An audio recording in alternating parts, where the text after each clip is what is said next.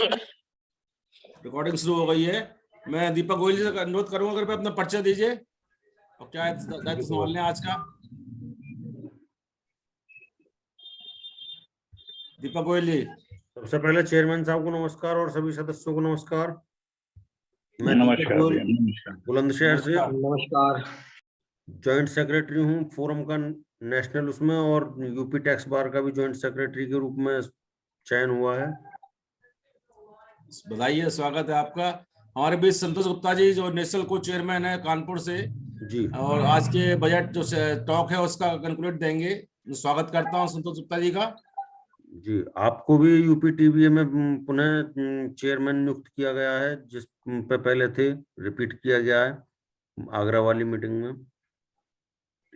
आप भी बधाई के पात्र हैं। मनीष, मेरी आवाज सुन रहे हैं? मनीष कंसल। संदीप कुमार जी अपना परिचय दीजिए। जी जी अंकल। हाँ मनीष, अपना परिचय दीजिए अपना पहले। मैं मनीष कंसल बुलंदशहर से। संदीप जी अपना परिचय दीजिए। आवाज खोल लीजिए संदीप जी, आवाज बंद है आपकी। नमस्कार सभी सदस्यों को। यहाँ पे मैं संदीप कुमार सिंह हरदोई से।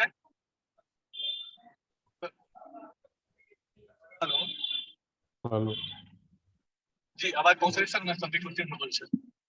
स्वागत है आपका। चेयरमैन सर, मैं अनुरोध करूंगा कि इंतजार तो प्रारंभ किया जाए। चेयरमैन सर से अनुरोध करूंगा, आगे जाऊंगा।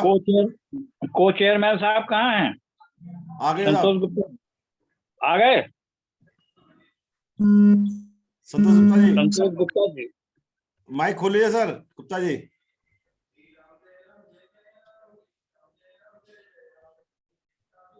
हाँ जी, अब आवाज आई? आ रही है, आ रही है। गुप्ता जी नमस्कार। जी आ रही है। नमस्कार भाई साहब, ऑडिबल है? हाँ हाँ बिल्कुल।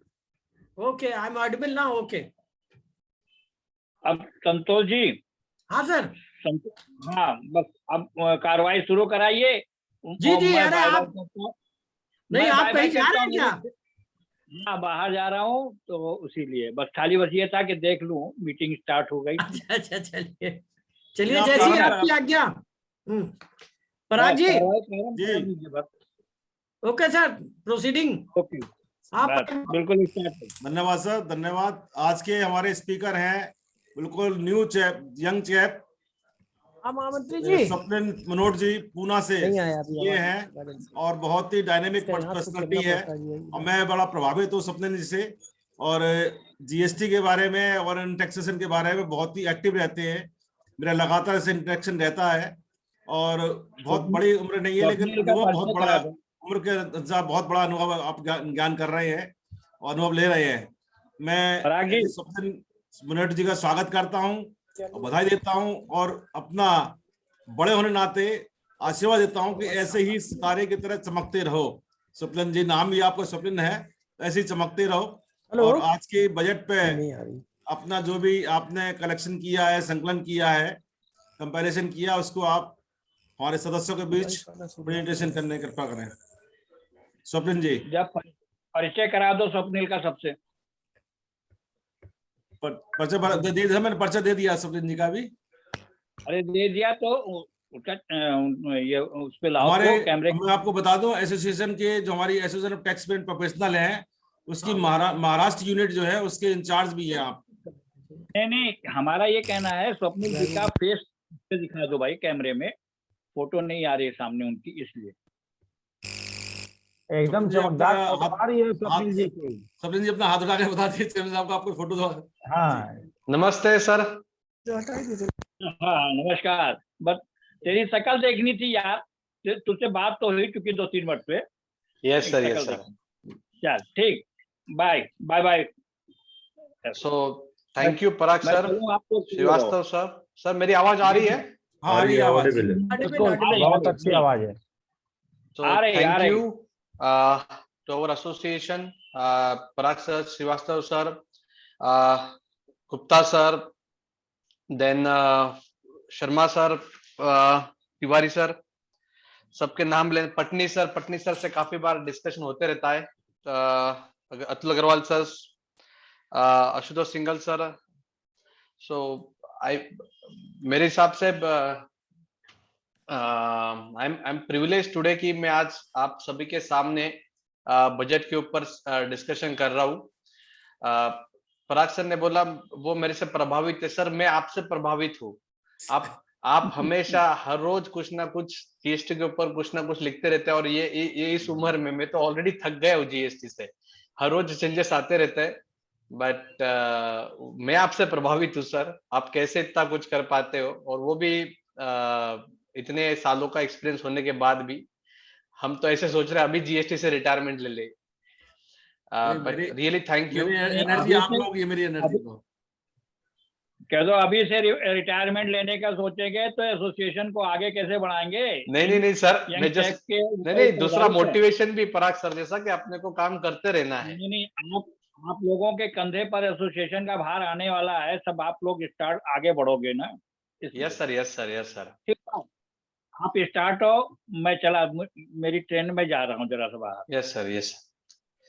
सो bye. Yes, so thank you. और ये शायद मैं पहला सेशन ले रहा हूँ, और I will again always take the session for our forum. जैसे अभी 18-19 तारीख को आने वाली है मीटिंग, तो उसके भी बारे में मैं आपको अपडेट करते रहूंगा। सो thank you Rajesh Sharma sir and Parag Singhal sir for taking this initiative, और जो भी सभी सीनियर लोग इसमें इन्वॉल्व है। सबको जानता नहीं है, बट सबका नाम सुनते रहता हूँ पराग सर से। So thank you for inviting me. So हम बजट के बारे में आज डिस्कस करेंगे।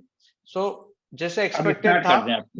यस, मेरा आवाज आ रहा है सर? पराग सर, आ रही आवाज आ रही है। राजेश सर, आवाज आ रही है, साफ आ रही है, बिल्कुल अच्छी आवाज आ रही है। यस, सो हम आज जीएसटी के आवाज आ रही है। यस, सो जीएसटी के ऊपर हम डिस्कशन करेंगे। जैसे ही हमें एक्सपेक्टेड था कि इस बार बजट में जीएसटी के ऊपर ज्यादा डिस्कशन नहीं होगा, तो उसका रीजन ये था कि हम सब जानते हैं कि जीएसटी काउंसिल के थ्रू सब जीएसटी में चेंजेस होते हैं, तो बजट में कुछ ज्यादा एक्सपेक्टेशन हम रख नहीं पाएंगे, और होने के चांसेस भी कम है। बट जैसे कि ये मोदी गवर्नमेंट का लास्ट फुल फ्लेज बजट था, it's last full fledged budget, और अमृतकाल का पहला बजट, तो कुछ लग रहा था, और जो न्यूज आ रहे थे कि कुछ एमनेस्टी आएंगी जीएसटी की एक सबके लिए, जो कि हम सब लोग उसका इंतजार कर रहे कि जीएसटी में कुछ ना कुछ एमनेस्टी आनी चाहिए, और व्हाट्सएप पे भी न्यूज थी। बट अनफॉर्चुनेटली ऐसा कुछ हुआ नहीं। एमनेस्टी की कोई स्कीम अभी तक तो भी गवर्नमेंट ने कोई डिक्लेयर किया नहीं है,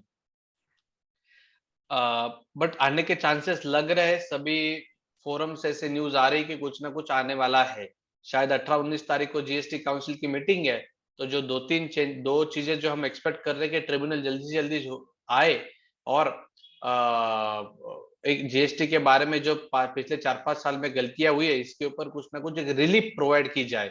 तो आई फील कि ये 18 तारीख को कुछ ना कुछ आएगा। अगर नहीं होता है तो मैं हमारे चेयरमैन सर और पराग सर से परमिशन लेके हम इसके ऊपर गवर्नमेंट के साथ रिप्रेजेंट करेंगे, और एक जल्दी से जल्दी लाए इसके ऊपर काम भी करेंगे। तो वैसे तो बजट का जो स्पीच हुआ था मैडम का, लगभग 1 घंटा 20-25 मिनट का कोई डिस्कशन था। उस डिस्कशन में जीएसटी के ऊपर जीरो डिस्कशन था, zero, not a single word on the GST. But एक वर्ड मैडम ने यूज किया था, आर्टिफिशियल इंटेलिजेंस। मतलब आने वाला समय में गवर्नमेंट, ये जो सिस्टम है, हम जो सुन रहे कि सिस्टम जनरेटेड सबको नोटिसेस आएगी, सिस्टम जनरेटेड मिसमैच होगा, इधर से उधर से चेक किया जाएगा, तो इसके ऊपर गवर्नमेंट का काफी ज्यादा फोकस है। डेटा माइनिंग के ऊपर उन्होंने बात की थी, लास्ट बजट में भी ये वर्ड आया था। डेटा शेयरिंग के ऊपर बात हुई है। तो इनडायरेक्टली जीएसटी में गवर्नमेंट आगे क्या करने वाला है, ये बजट में बताया गया। सो हमें भी हमारे जो क्लाइंट्स है, इनको सबको बताना चाहिए कि आपकी सबकी जानकारी गवर्नमेंट के पास आपसे ज्यादा है। आप क्या करते हो, किससे लेते हो, क्या करते हो, इसके अलग अलग टाइप के वर्सेटाइल रिपोर्ट गवर्नमेंट के पास है। और हमने सुना होगा बजट में गवर्नमेंट ने बात की थी डिजी लॉकर के बारे में, इंफॉर्मेशन शेयरिंग के बारे में, तो वो जीएसटी को कहीं ना कहीं इंपैक्ट कर रहा है। जब फाइनेंस बिल 220 पेजेस का आया, तब जीएसटी के ऊपर कुछ प्रोविजंस में चेंजेस एक्सपेक्टेड था, तो वो हुए।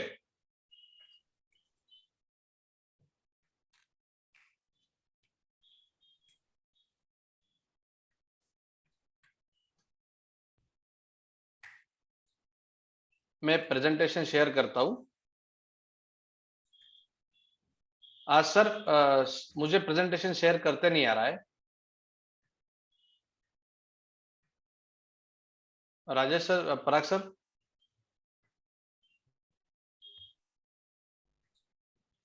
दीपक गोयल जी जी जरा वो जो स्वप्निल जी कुछ कह रहे हैं वो जरा करिए। मुझे सर वो आप होस्ट या कुछ करा दो उधर मेरे नाम के आगे, तो मैं शेयर कर पाऊंगा।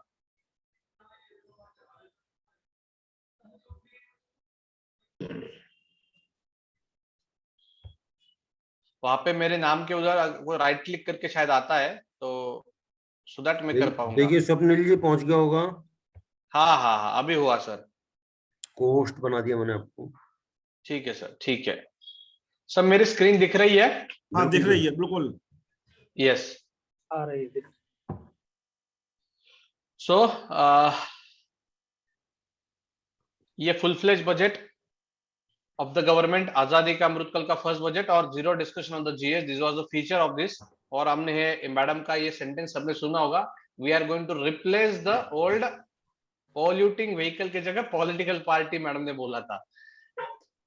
सो पहला चेंज जो आया हुआ है वो आया कंपोजिशन रिलेटेड। कंपोजिशन जो डीलर होते हैं उनको आज के तारीख में ये जो अमेजॉन, फ्लिपकार्ट, ये जो ऑनलाइन पोर्टल है, यहाँ से सप्लाई करने के लिए उनको रिस्ट्रिक्शन है, वो नहीं कर सकते हैं सप्लाई ऑफ गुड्स। तो आज के तारीख में जब दुनिया बढ़ रही है, देश, पूरा देश वन नेशन हो रहा है जीएसटी की वजह से, ऑनलाइन मार्केट बढ़ रहा है, तो ये काफी डिमांड थी कि कंपोजिशन टैक्स पेयर को ऑनलाइन उनके गुड्स बेचने का अधिकार दिया जाए। और कुछ कुछ composition dealer unknowingly online market से बेच रहे थे, जो कि गलत है। लॉ के हिसाब से वो ई कॉमर्स प्लेटफॉर्म पे बेच नहीं सकते, बट अभी उनके लिए स्पेसिफिकली प्रोवाइड किया गया है कि composition dealer can supply the goods on online platform, on e commerce platform. मतलब जो भी कंपोजिशन डीलर है वो अमेजॉन, फ्लिपकार्ट, स्नैपडील, जो भी ऐसे वेबसाइट है वहां पे जाके उसके चीजों को वो बेच सकता है। ये बहुत सारे एनालिसिस जो हमारे व्हाट्सएप पे आते हैं तो उसके बारे में लोगों ने बोला है, बट दो चीजों के बारे में हाईलाइट नहीं किया जो मैं हाईलाइट करना चाहूंगा। आजकल सर्विसेज भी कुछ कुछ लोग आते हैं, जैसे हम देखते हैं कि ऑनलाइन शार्क टैंक इंडिया वगैरह वगैरह आ रहे हैं और नए स्टार्टअप आ रहे हैं, तो ये लोग क्या करते हैं, कुछ इनोवेटिव सर्विसेज भी प्रोवाइड करते हैं। तो अगर कोई कंपोजिशन डीलर में सर्विस प्रोवाइडर है तो वो ऑनलाइन सर्विस नहीं दे सकता ई कॉमर्स थ्रू। दूसरा, ई कॉमर्स से जब गुड्स बेचे जाने वाले हैं तो वो सिर्फ with in the state allowed है, इंट्रा स्टेट अलाउड है, न कि इंटर स्टेट। मतलब मान लो मैं यहां से सोचता हूं, मैं कंपोजिशन डीलर हूं, मैं पराग सर को कुछ वहां पे चीजें बेचूं अमेजोन के थ्रू, तो मैं नहीं बेच सकता हूं, क्योंकि ओनली कंपोजिशन डीलर के लिए इंट्रा स्टेट सप्लाई अलाउड किया गया है, इंटर स्टेट सप्लाई अभी भी अलाउड नहीं किया गया। मुझे नहीं मालूम ये रेस्ट्रिक्शन गवर्नमेंट क्यों रख रही है। आजकल हम जब ऑनलाइन ऑर्डर करते, दिल्ली से, कर्नाटक, साउथ, कहीं से भी मटेरियल आते जाते रहता है, सो कंपोजिशन डीलर को ये रेस्ट्रिक्शन नहीं रखना चाहिए, but still they have kept it. So आधा बेनिफिट दिया है कि आप ऑनलाइन बेच सकते हो, but within the state only, not from one state to another state. अभी यहाँ पे प्रैक्टिकल डिफिकल्टी ये है कि जो सप्लायर होता है ना, उसको तो डायरेक्ट ऑर्डर आने के बाद समझ में आता है कि ऑर्डर आ गई है, माल बेचा गया जाने के बाद समझ में आता है कस्टमर कहाँ पे है।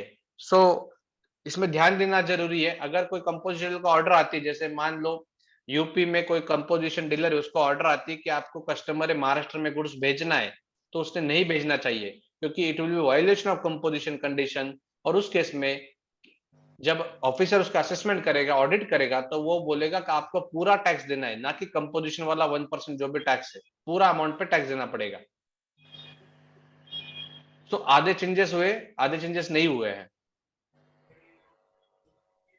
180 डेज, हम सब जानते हैं जीएसटी में कि सप्लायर को हमें 180 डेज में पेमेंट करना जरूरी है। अगर नहीं करते तो उसके ऊपर आईटीसी रिवर्स करना पड़ता है। ये आईटीसी जो रिवर्स करना पड़ता है, ये हम सब लोग बोलते हैं, बट लॉ में आईटीसी रिवर्स करना ऐसा नहीं लिखा है।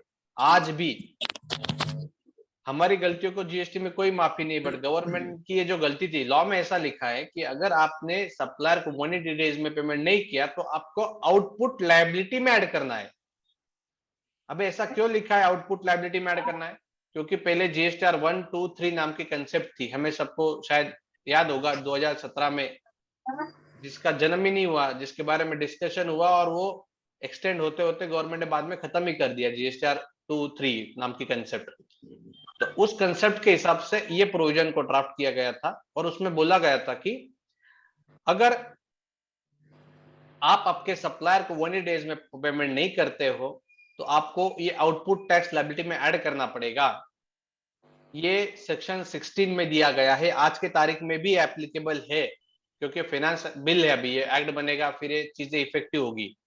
अच्छा, जीएसटी में एक मजेदार चीज ऐसी है कि जीएसटी में जो एक्ट में चेंजेस होते हैं, हम सबको मालूम है, चेंजेस तो हो जाते हैं बट इसको इफेक्टिव करने के लिए और टाइम लग जाता है। और कभी कभी तो जैसे मान लो अभी ये फरवरी में चेंजेस हो रहे हैं, ये शायद मार्च अप्रैल तक ये फाइनेंस एक्ट हो जाएगा और वो 4-5-6 महीने बाद कभी तो भी इफेक्टिव हो जाते हैं। और मैंने देखा है, शायद पराग सर ने इसका कंपाइलेशन भी किया होगा, कुछ कुछ चीजें आज भी 1.5-2 साल हो गए फाइनेंस एक्ट में आके भी वो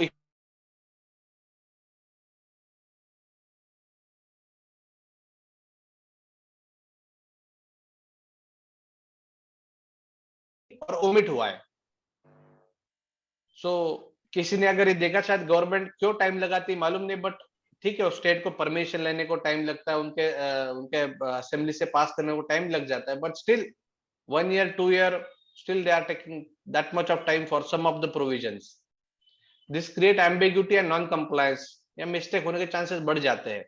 वैसे ये 180 डेज के प्रोविजन में हम सबको अगर किसी को नोटिस भी आती है 180 डेज के लिए, तो हम बोल सकते हैं कि लॉ में जो लिखा है वो आईटी से रिवर्स, आपको जो नोटिस आएगी वो नोटिस आएगी कि आप आईटी से रिवर्स करो। हम उसका एक रिप्लाई दे सकते हैं कि सर आईटी से रिवर्स करने का लॉ में तो कोई लिखा ही नहीं है, और जो भी लिखा जा रहा है वो प्रोस्पेक्टिव होगा, ना कि रिट्रोस्पेक्टिव। मान लो किसी को 2017-18 की नोटिस आती है कि आपने फलाना सप्लायर को 180 डेज में पेमेंट नहीं किया, इसका आईटी से रिवर्स करो। क्यों करो?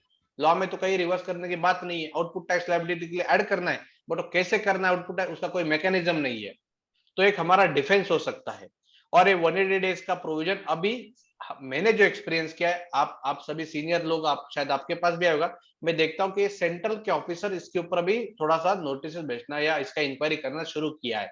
वो डेटा मांगते हैं कि आप आपके सप्लायर को पेमेंट कब किया, कितने दिन में किया, उसका डेटा दो, और उसके बाद वो उसके ऊपर आपको एक्शन लेंगे।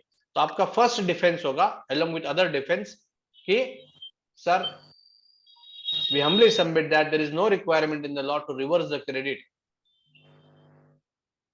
Law requires it to be added at output tax liability, but the mechanism of GSTR 2-3 never implemented, therefore we cannot make any compliance of it. Parag sir ठीक जा रहा हो स्पीड? हाँ बिल्कुल बिल्कुल बिल्कुल सही। किसी को कोई क्वेरी होगी तो प्लीज आप पूछ लेना इमीडिएटली। ऑनलाइन में थोड़ा सा डिफिकल्ट जाता है क्वेरी के लिए मेरा सभी सर अनुरोध है कि क्वेरी हो तो आप उसमें डाल, चैट में डाल लीजिएगा, बाद में आपको जवाब मिल जाएगा। हाँ, आपकी क्वेरी होगी तो इमीडिएटली पूछिए प्लीज। इंटरैक्टिव डिस्कशन भी होगा और थोड़ा मजा भी आएगा समझने के लिए। नहीं तो इंडिया में एक ही आदमी है हमारे जो सबके प्रिय है, वो बात कर सकते कितने देर भी, बट मैं नहीं कर सकता इतने देर। सबको विनंती है कि आपको कुछ भी क्वेरी हो आप इमीडिएटली पूछिए चैट बॉक्स में। इंटरैक्टिव हो जाएगा इंस्टेड ऑफ आस्किंग की सबसे लास्ट में। सुनील जी, ऐसा बहुत सी दिक्कत है कि अपन ने जीएसटी 180 दिन में पेमेंट नहीं किया, उसके बहुत सारे हैं। पार्टी से डिस्प्यूट है, दूसरी फर्म में उसने पेमेंट नहीं किया, मटेरियल डिफेक्टिव और रिप्लेसमेंट नहीं हुआ, बराबर। तो वैसे केस में अगर जीएसटी को हम रिवर्स कर दें या नोटिस आएगी तो ये तो बड़ी प्रॉब्लम है। और ऐसा होता ही है, जिनसे पेमेंट लेना है उनमें भी अटकता है, जिसको हमको देना उसमें भी अटकता है, और उसके बहुत सारे रीजंस रहते हैं। क्या करना चाहिए? स्वप्निल जी, मैं आपको पहले मैं इंट्रोडक्शन करा दूं। आप अशोक कुमार मोदी साहब हैं। हमारा देश पूरा मोदी में हो रहा है, हमारा फॉर्म भी मोदी में है, और आप कोरबा से हैं, छत्तीसगढ़ से, और आज के चीफ गेस्ट भी हैं हमारे। ये मैं स्वागत करता हूं। आपको समझ आता हूँ, लेट हुआ मैं समझ आता हूँ मैं। Thank you. नमस्ते सर। Thank you sir. ये 180 डेज का जो प्रोविजन है मेरी जब मुझे याद है, मैं इसके बारे में हमारे फाइनेंस मिनिस्टर जी से मेरी जब मीटिंग हुई थी निर्मला सीतारमण मैडम से, तब मैंने उनको बोला था, मैडम गवर्नमेंट का इंटेंशन है कि एमएसएमई को प्रोटेक्ट करने के लिए आप ये प्रोविजन ला रहे हो, बट ये जो प्रोविजन है ये it is instead of protecting it is killing the MSME, क्योंकि इसके ऊपर आप ब्याज भी मांगोगे, रिवर्स करने को भी बोलोगे। तो आज के तारीख में सर ये परेशानी तो है ही, और ऑफिसर अब इसको निकाल रहे हैं। तो हम इसको रिप्लाई करने के लिए एक हमारा डिफेंस जो मैंने बताया कि एक तो ये गवर्नमेंट को अधिकार ही नहीं है रिवर्स करने के बोलने के लिए, क्योंकि रिवर्स करने से कहीं लिखा नहीं है, और जो कुछ लिखा जा रहा है वो अभी लिखा जा रहा है कि रिवर्स करो रिवर्स करो रिवर्स करो, बट पिछले सालों के लिए वो रिवर्स करने के लिए नहीं बोल सकते।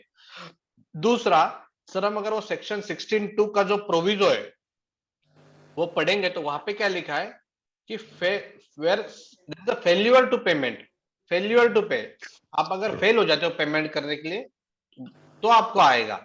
बट हम ऐसा डिफेंस ले सकते हैं कि sir there was no obligation to make the payment, मेरे और सप्लायर के बीच में बात बन गई है, हमने बोला कि हम आपको 10 मंथ के बाद पेमेंट करेंगे, तो ही also agreeing, so there was no obligation to make the payment. When there is no obligation to make the payment, there was no failure to make the payment, therefore that clause is not applicable.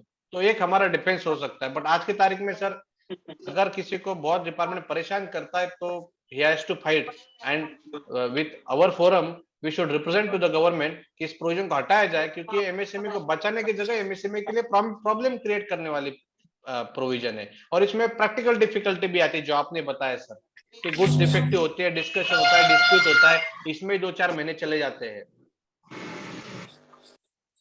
नहीं, problems है, जैसे हम payment देने में भी problem है कि party से डिस्प्यूट है कोई न कोई कारण से, किसी फर्म में पैसे उसने ज्यादा ले रखे, किसी में कम है, रिटर्न नहीं किया, किसी में गलत बिलिंग हो गई, प्राइस का डिफरेंस आ गया, किसी में डिफेक्टिव माल निकल गया, रिप्लेसमेंट नहीं हो पाया किसी कारण से, जानबूझ करके या मजबूरी में भी।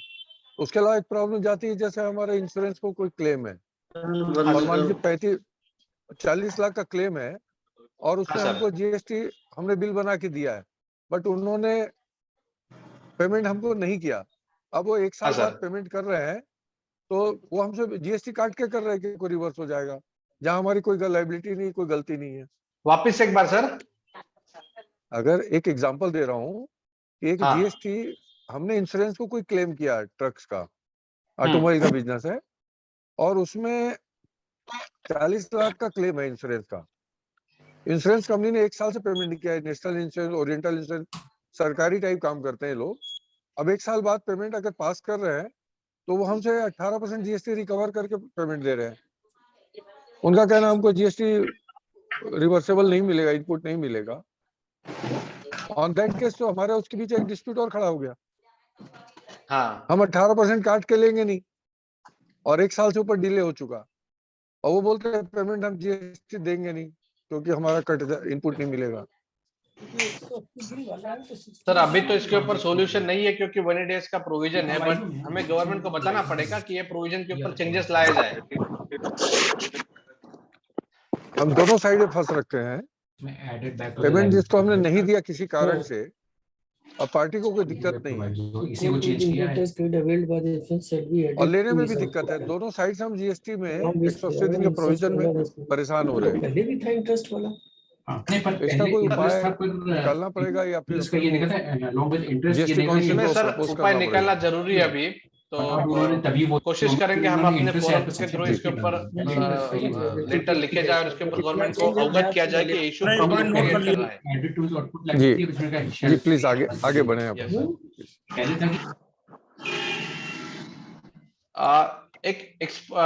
जब हम इंपोर्ट करते हैं, एक इंपोर्ट रिलेटेड चेंजेस, इंपोर्ट और आईटीसी का इंपैक्ट होने वाला एक चेंज है कि कभी कभी कुछ पार्टियां इंपोर्ट करती है और वो वेयर हाउस में रखती है, गुड्स क्लियर नहीं करती है। तो ऐसे केसेस में जब वो बाद में बिफोर क्लियरेंस अगर वो माल को बेचते हैं तो उसके ऊपर का आईटीसी डिनाई होगा, वो एक चेंजेस आए हैं। मेरे हिसाब से अभी फोरम में कोई नहीं होगा ऐसा कि जिनके पास, क्योंकि ये इंपोर्ट एक्सपोर्ट रिलेटेड है, नॉर्मली पोर्ट के पास ऐसे ट्रांजैक्शन होते। एक इंपॉर्टेंट जो चेंजेस आया है सीएसआर रिलेटेड है। सीएसआर के खर्चे जीएसटी के आने के बाद 2017 से लेकर अभी तक काफी डिस्प्यूट हो रहा था कि जो कॉर्पोरेट सोशल रिस्पॉन्सिबिलिटी के तहत खर्चे किए जाते हैं, कंपनी खर्चा करती है, कोई स्कूल बनाई जाती है, कोई कॉलेज में इक्विपमेंट दिए जाते हैं, कोई हॉस्पिटल में कोई कंपनी कोई करती है खर्चा, कोई बेड दे दो या कुछ जो भी करो, तो अलग अलग सोशल खर्चे किए जाते हैं। तो इस सोशल खर्चों का क्रेडिट मिलेगा क्या नहीं मिलेगा, एक डिस्प्यूट था जीएसटी आने के बाद अभी तक, क्योंकि ये बिजनेस के लिए कैसे यूज होगा नहीं होगा, कुछ एडवांस रूलिंग भी प्रोनाउंस हुए थे इसके ऊपर कि क्रेडिट मिलेगा, कुछ ने बोला नहीं मिलेगा। But now government has amended the section 17(5) and in which they have now said कि input tax credit in relation to the CSR expenditure, corporate social responsibility expenditure नहीं मिलेगा। तो एक काफी नेगेटिव मेरे हिसाब से एक अमेंडमेंट आया है। This is demotivating the companies to go for the CSR expenditure, क्योंकि CSR एक्सपेंडिचर में जीएसटी की अगर अमाउंट 18% है, कोई कंपनी मान लो 10 लाख का खर्चा करती है CSR में, तो उसको 2 लाख का खर्चे का क्रेडिट नहीं मिलेगा। तो उसके लिए जो वो जो एक सोशली काम कर रहे हैं, अगर इसका क्रेडिट मिलता था तो उस खर्चे की अमाउंट 8 लाख होती थी, 8,20,000 रुपए क्रेडिट मिल रहा है फॉर एग्जांपल। तो बट अभी क्रेडिट नहीं मिल रहा है तो 10 लाख है, तो कहीं ना कहीं कंपनी के सोशल रिस्पॉन्सिबिलिटी एक्सपेंडिचर करने में कहीं ना कहीं संकोच करेगी, क्योंकि जीएसटी क्रेडिट आज नहीं मिलने वाला है। मैंने देखा था, हमारे क्लाइंट थे, कंपनी थी, जिन्होंने लगभग एक स्कूल में कंप्यूटर लैब बनाए, अच्छे से बेंचेस वगैरह दिए थे। तब हमने काफी स्टडी किया था कि हमने बोला नहीं, एज पर कंपनीज एक्ट आपको ये रिक्वायर्ड है खर्चा करना, तो क्रेडिट मिलना चाहिए। बट आज के तारीख में गवर्नमेंट ने एक्ट में अमेंडमेंट किए हैं और उसमें बताया गया है कि आपको क्रेडिट नहीं मिलेगा। सो ये थोड़ा सा नेगेटिव अमेंडमेंट है, बट इसमें भी एक पॉजिटिव चीज है जो हम सब प्रोफेशनल लोगों को इंटरप्रिटेशन में एक ध्यान में आ सकती है। गवर्नमेंट आज बोल रहा है कि CSR का क्रेडिट नहीं मिलेगा, ये अमेंडमेंट ला रहे हैं, वो एक अलग क्लॉज इंसर्ट कर रहे हैं। इसका एक दूसरा मीनिंग निकलता है कि आज के तारीख तक क्रेडिट मिल सकता था, मिलता है, इसलिए उन्होंने अमेंडमेंट लाया कि इसके आगे नहीं मिलेगा। सो इट मीन्स अगर आप में से किसी को अगर कभी क्वेरी आई होगी, कभी कोई ऑफिसर ने बोला होगा कि नहीं मिलेगा, तो ऐसा नहीं है, इतने दिन तक क्रेडिट डेफिनेटली मिलेगा, क्योंकि गवर्नमेंट आज स्पेसिफाई करने की गवर्नमेंट को जरूरत पड़ रही है एक्ट में कि हम इसका क्रेडिट नहीं देंगे। इसका मतलब इसका क्रेडिट इतने दिन तक मिलता था। हम लोग कंफ्यूज थे कि नहीं मिलेगा क्या मिलेगा, मिलेगा क्या नहीं मिलेगा, बट गवर्नमेंट ने आज चेंजेस लाए। व्हाट दे आर सेइंग कि henceforth the input tax credit is in relation to CSR expenditure is not allowed. If it is not allowed from the provision it will be effective, तो उसका मतलब ये होता है कि उस दिन तक का क्रेडिट मिलेगा।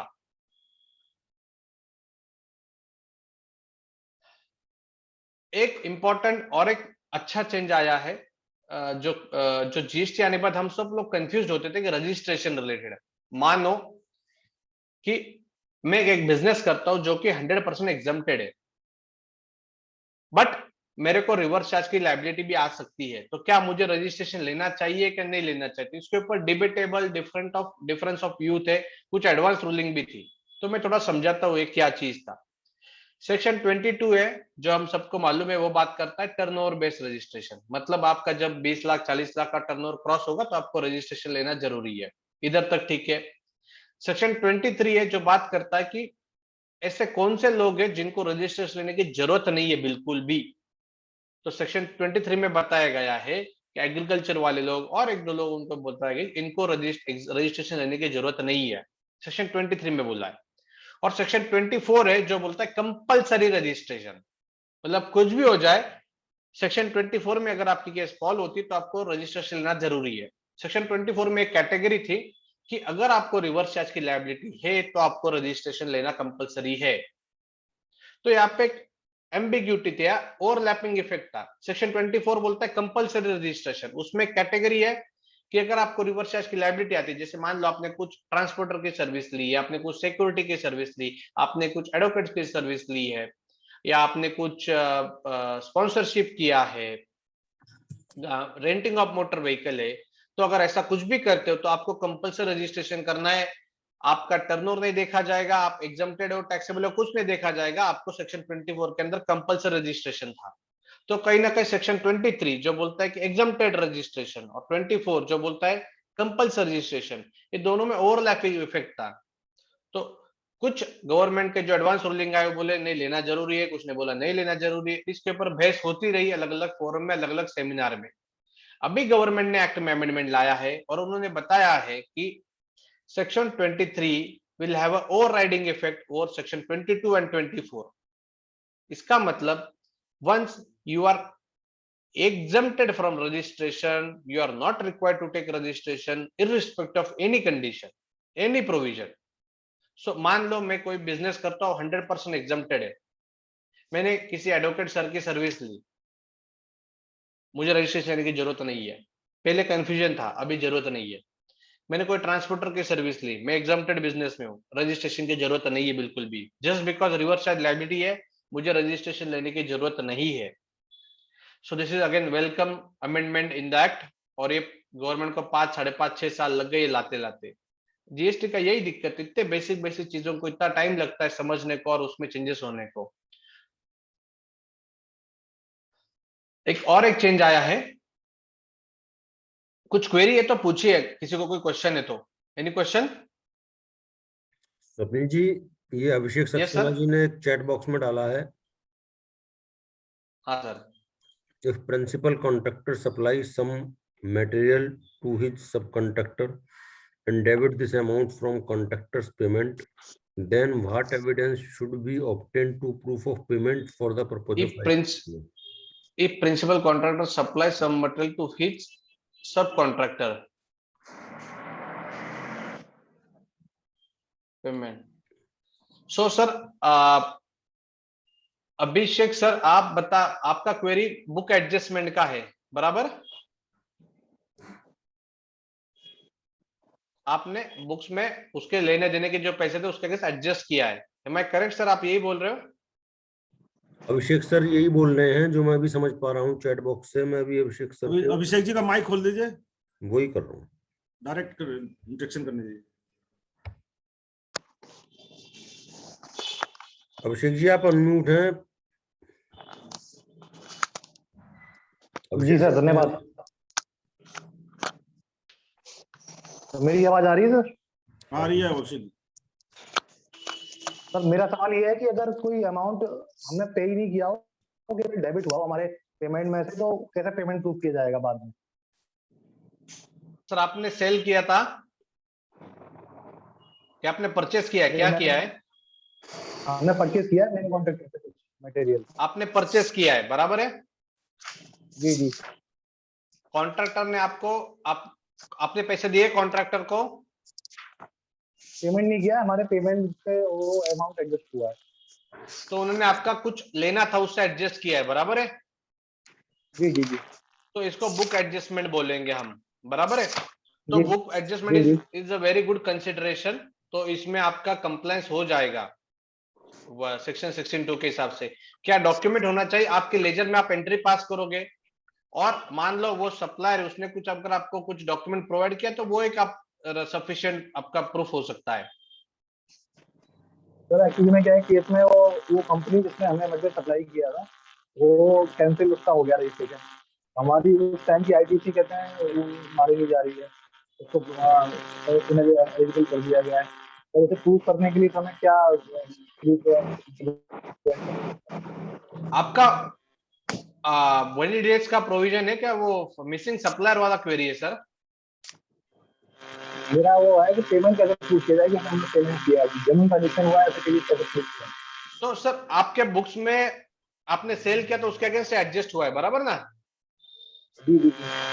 हाँ तो सर आप आपके बुक्स में एंट्री पास कर सकते हो। ऐसे केसेस में नॉर्मली अगर आपका कस्टमर जो है वो अगर आपको कुछ लिख के देता तो ठीक है, तो आप खुद उनको लिख दो कि as per our discussion we have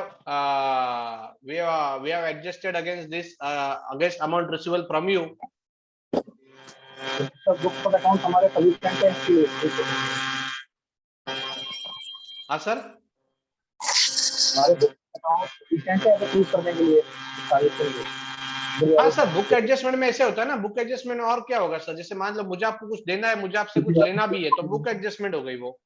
तो आप आपका कर सकते हो। और मैंने आपसे अगर कुछ ईमेल पे द्वारा बात की है, कुछ एसएमएस द्वारा बात की है, तो उसका स्क्रीनशॉट रख सकते हो, या फिर आप खुद ओके लेटर लिख सकते हो कि as per our discussion we have adjusted this amount against this receivable.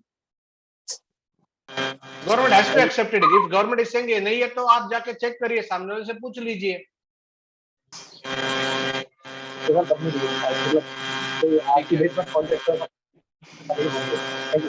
Yes Pankaj sir, आपकी भी कुछ क्वेरी है? हाँ सर, मैं ये जानना चाह रहा था कि अभी जैसे सर ने बताया कि एग्जाम्प्टेड के लिए कंपलसरी हो गया रजिस्ट्रेशन। कंपलसरी नहीं है अभी जी। अभी तक सर आपका आवाज म्यूट कर दीजिए, आपसे आवाज आ रहा है उधर से शायद।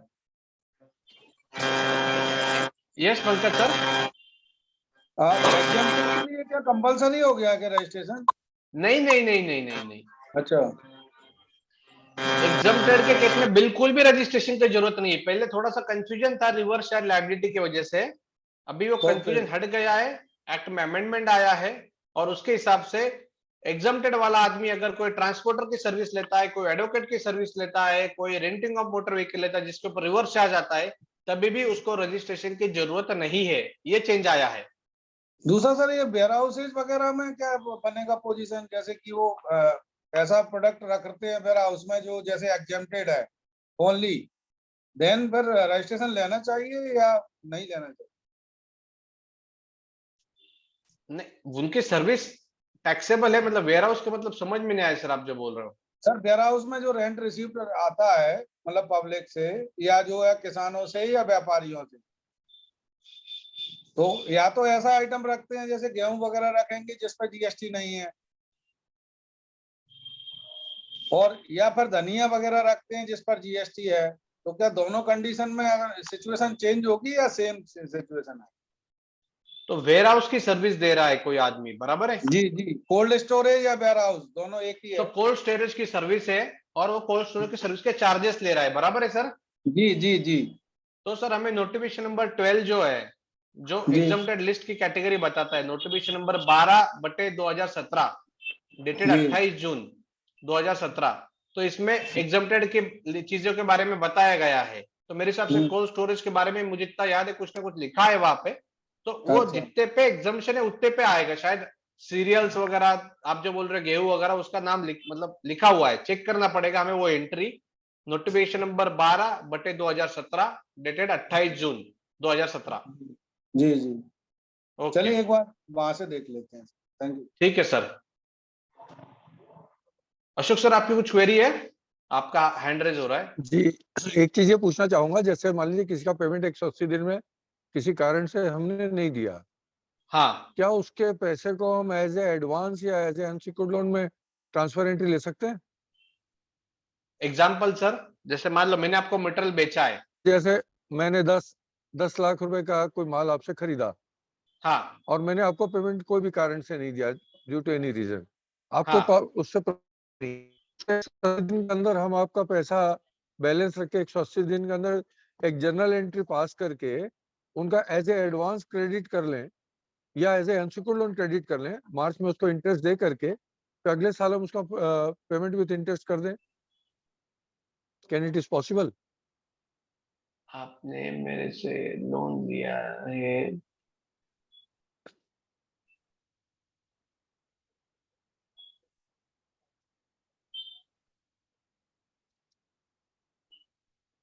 तो सर आप ऐसा बोल रहे हो कि मैंने आपको माल बेचा है, मान लो जिसके ऊपर माल की अमाउंट है 50 लाख, जीएसटी का amount for example 10 lakh, 60 lakh का माल है टोटल जी बराबर। अभी 60 लाख का आप बोल रहे हो कि पूरा का पूरा अनसिक्योर्ड लोन के तरह यूज होगा विथ इंटरेस्ट, yes. और वो हम आप जैसा अपना आपका डिसाइड होगा, आप मेरे को पेमेंट करोगे, बराबर है? सर काफी अच्छी आइडिया निकाली आपने।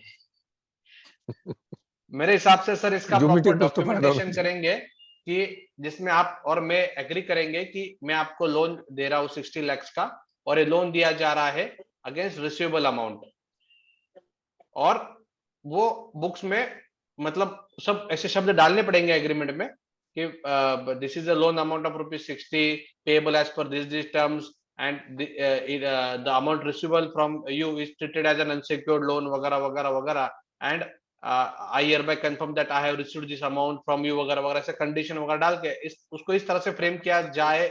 मान लो कि मैंने आपको बेचा है और आपकी तरफ से पेमेंट आ गया है, but payment is in terms of acceptance of unsecured loan.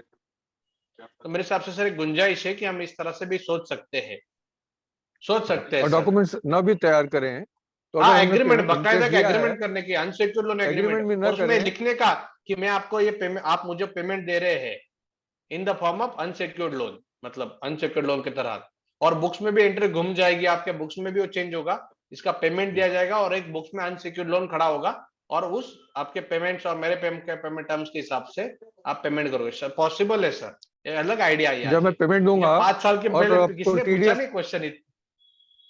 मैं बताता हूँ उसमें एक आपको कि अगर सपोज मैंने एग्रीमेंट नहीं भी किया और कुछ डॉक्यूमेंट्स भी नहीं लिया, बट मैं आपको ट्रांसफर एंट्री करके उतना बैलेंस डेज का मैं आपको इंटरेस्ट पे कर रहा हूँ और टीडीएस काट रहा हूँ और टीडीएस 26 में रिफ्लेक्ट हो रहा है, तो डॉक्यूमेंट्स की जरूरत ही नहीं। हाँ सर, डॉक्यूमेंट्स क्यों बोल रहा था सर, कोई कोई ऑफिसर है जो उसको मानना ही नहीं है ना, तो कल जाके मान लो आपको लिटिगेशन होने वाला है, तो जितना अच्छे आपके डॉक्यूमेंट हो गए उतना आपका केस आगे मजबूत रहेगा, इसके लिए बोला। बट आप जो बोल रहे हो टीडीएस वगैरह, उससे तो आपका केस और स्ट्रांग हो रहा है। मतलब पहले तो बुक्स में इफेक्ट आया, दूसरा आपने टीडीएस काटा है, तो दो चीजें हैं। और तीसरा मैं डॉक्यूमेंट की बात कर रहा था, डॉक्यूमेंट हुआ तो अच्छी बात है, नहीं हुआ तो ठीक है, बट रहा तो अच्छी बात रहेगी। मतलब बट तीनों एक चांसेस है सर, टीडीएस वगैरह जब आएगा तब तो आप बोलोगे कि ये तो लोन ही लोन है, मैं टीडीएस भी भर रहा हूँ, गवर्नमेंट एक्सेप्ट भी कर रही है, कोई क्वेरी नहीं किसी तरफ से, पॉसिबल है सर। तो एक पार्ट बिजनेस अरेंजमेंट हो सकती है, अलग अलग टाइप के ट्रांजैक्शन। सेकंड पार्ट ये है कि सपोज कीजिए मैं पेमेंट एज ए एडवांस ही ट्रीट करता हूँ, भी मेरे आपके रिलेशन है, बिजनेस रिलेशन है, लॉन्ग टर्म रिलेशन, और मैंने पेमेंट नहीं दिया किसी कारण से, मैंने उसको एज एडवांस ट्रांसफर कर लिया, तो मेरे ख्याल से सर आपका ये सजेशन, मतलब पहली मैं अभी तक 350 सेमिनार लिए सर, बट इतना अच्छा सजेशन किसी की तरफ से नहीं आया, वो नहीं दे इसके ऊपर। आज पराग जी ने चीफ गेस्ट बनाया तो कुछ तो फायदा मिलना चाहिए ना आपको। और आपसे तो सीखते रहे, आपको सिखाएंगे भी आवश्यकता। नहीं जरूर सर। ये सिद्धार्थ सर, आपका कुछ क्वेरी है? ये प्रैक्टिकल अनुभव बता रहे हैं स्वप्निल सर। हाँ मुझे समझ में आया सर, सर ने काफी वो पूरा पीएचडी कर लिया है। हाँ बिल्कुल हो जाएगा। यस सर एक छोटी सी क्वेरी है। हाँ सर। सर गुड्स इंपोर्ट होते हैं मुंबई एयरपोर्ट पे। हाँ सर क्लाइंट है राजस्थान में, जैसलमेर में, on the border side, and client Rajasthan में, गुड्स बॉम्बे एयरपोर्ट हुए, बॉम्बे एयरपोर्ट पे आए सर। सर बॉम्बे एयरपोर्ट पे हमको बहुत बार मालूम नहीं होता कि कंसाइनमेंट कितना बड़ा आएगा या छोटा आएगा, क्योंकि इंपोर्टेड गुड्स होते हैं तो कंपनी को मालूम नहीं होता है कि क्या होगा। और कंपनी क्या करती है सर कि डायरेक्ट ट्रांसपोर्ट इजीली नहीं मिलता है, because it is a remote location, Jaisalmer near border है। So what we are doing is we are making an e-way bill first from the Mumbai airport to the warehouse जो मुंबई में है sir, and second e-way bill we are making from the warehouse to the location. Is this the correct way? हाँ sir, आपके दो movement हो रहे हैं, एक एयरपोर्ट से लेके वेयर हाउस तक, बराबर है, से करिए अनम्यूट उसको, क्लिक कर दीजिए, और वेयर हाउस से लेके आपके लोकेशन तक, बराबर है। क्लिक करिए। Yes sir, yes sir. अभी सर ई-वे बिल में ऐसे प्रैक्टिकल दिखा रहा है, कई समस्या आती है जिसका लॉ में कोई सॉल्यूशन नहीं है। यस सर, हमें प्रिंसिपल से जाना है, हर एक मूवमेंट के लिए हमारे पास प्रॉपर डॉक्यूमेंट हो और डॉक्यूमेंट के ऊपर प्रॉपर लिखा हो कि कहाँ से आ रहा है, कहाँ जा रहा है, ये सब चीज प्रॉपर होनी चाहिए। Sir what we are doing is, sorry sir, yes sir, yes sir. देखिए ऐसा है कि इस तरह से हम लोग डिस्कशन करते रहेंगे तो रात हो जाएगी। आप पहले अपना पूरा लेक्चर डिलिब्रेट करिए, उसके बाद क्वेश्चन हम लोग इनवाइट करेंगे, तब आप जवाब दीजिएगा please. Yes sir, yes sir. खत्म हो पाएगा फिर।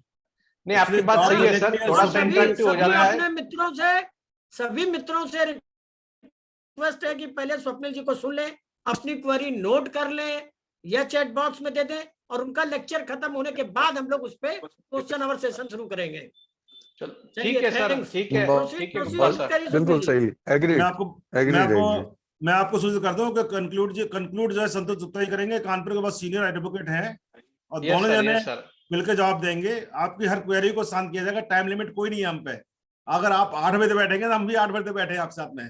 नहीं गुप्ता सर, मैं क्षमा चाहूंगा पराग सर भी, बट कैसा हुआ, थोड़ा सा एक ऑनलाइन इंटरेक्ट होना चाहिए, तो थोड़ा 10-15 मिनट का थोड़ा सा इंटरेक्शन होना भी जरूरी था। Lecture first. हाँ तो हम बजट के नट्स एंड बोल्ट्स, बजट के जो पॉइंट सुन लें, उसके बाद में आपकी सारी क्वेरी हम करेंगे। हम जानते हैं आपकी बहुत क्वेरीज हैं, हम तैयार हैं इसके लिए। बजट संबंधित बहुत सी बातें हैं, पहले सुनील जी को पूरा कर ले दीजिए प्लीज। जी। चलो, अभी अगला चेंज जो है वो है कि रिटर्न रिलेटेड चेंजेस। जो जीएसटी में हमें ड्यू डेट है, रिटर्न हमें कब तक भरना चाहिए। जीएसटी 3 भी हम 20 तारीख तक भरते, जीएसटी 11 तारीख तक भरते, बट इसकी ज्यादा से ज्यादा मैक्सिमम सीमा कब तक है, कब तक मैक्सिमम हम रिटर्न भर सकते हैं, तो वो अभी चेंजेस लाए गए हैं जीएसटी में। So maximum now we can file the return up to 3 years। So now within the due date, जो भी ड्यू डेट होती है उससे 3 साल तक हम, ये जो मैंने अभी आपके सामने आपको टेबल दिख रहा है, इतने रिटर्न हम उसके बाद 3 साल तक ही भर पाएंगे। नॉर्मली कैंसिलेशन ऑफ जैसे रजिस्ट्रेशन के केसेस होते हैं, या किसी के पास पैसा नहीं होता है, तो ऐसे लोग 1 महीना, 6 महीना, 1.5 साल, 2 साल तक रिटर्न उनका पेंडिंग रखते हैं। बट अभी जीएसटी लॉ में एक मैक्सिमम लिमिट लाया गया है कि आप इस लिमिट तक ही आपके रिटर्न भर सकते हो।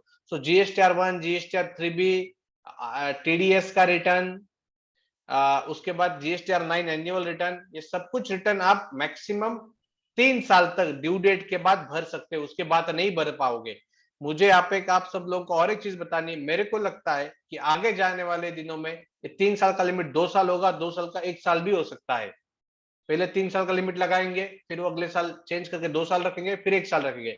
इसका मतलब हम आने वाले समय में अगर हमारा रिटर्न, हमारे क्लाइंट उनके रिटर्न अगर 6 महीना, 1 साल में नहीं भरते, तो शायद वो भर भी नहीं पाएंगे। जैसे इनकम टैक्स में हुआ है, मैं इनकम टैक्स में काम नहीं करता हूँ, बट जितना मैं समझता हूँ कि अभी हम इनकम टैक्स का रिटर्न ज्यादा लेट नहीं भर सकते, अभी शायद दिसंबर तक ही कर सकते हैं। तो वैसे जीएसटी में गवर्नमेंट की शायद इच्छा है लाने की। So what they have now decided कि now you can file return maximum up to 3 years। अभी के तारीख में ये प्रोविजन है। जीएसटीआर 1, जीएसटीआर 3 भी हमें याद रखना है, जो भी कंपोजिशन के लिए भी ये प्रोविजन एप्लीकेबल है, और जीएसटीआर 9 जो है उसके लिए भी एप्लीकेबल है। उसके बाद ई कॉमर्स, अभी ई कॉमर्स में गवर्नमेंट ने जो ई कॉमर्स ऑपरेटर है, अमेजॉन, फ्लिपकार्ट और कुछ हर एक जगह पे लोकल ई कॉमर्स ऑपरेटर भी होते हैं, इनके ऊपर गवर्नमेंट ने कंडीशन लाई है कि आपको ये चीजों का ध्यान रखना है, अगर नहीं रखोगे तो हम आपके ऊपर पेनल्टी लगाएंगे। क्या चीजों का? आपके पोर्टल से जो भी आदमी वस्तुओं की खरीदी बिक्री कर रहा है, जो भी सप्लायर मटेरियल बेच रहा है, वो सप्लायर जीएसटी में रजिस्टर्ड होना चाहिए। अगर नहीं है तो उसका टैक्स हम आपसे वसूल करेंगे। सो बहुत सारे लोग अनरजिस्टर्ड होते हैं, छोटे मोटे पोर्टल से उनका बिजनेस करने की कोशिश करते हैं। So now the shift is on the e commerce portal. E commerce portal को देखना है कि क्या वो आदमी जीएसटी में रजिस्टर्ड है या नहीं है। अगर नहीं है तो ई कॉमर्स पोर्टल से बिजनेस नहीं कर सकता वो।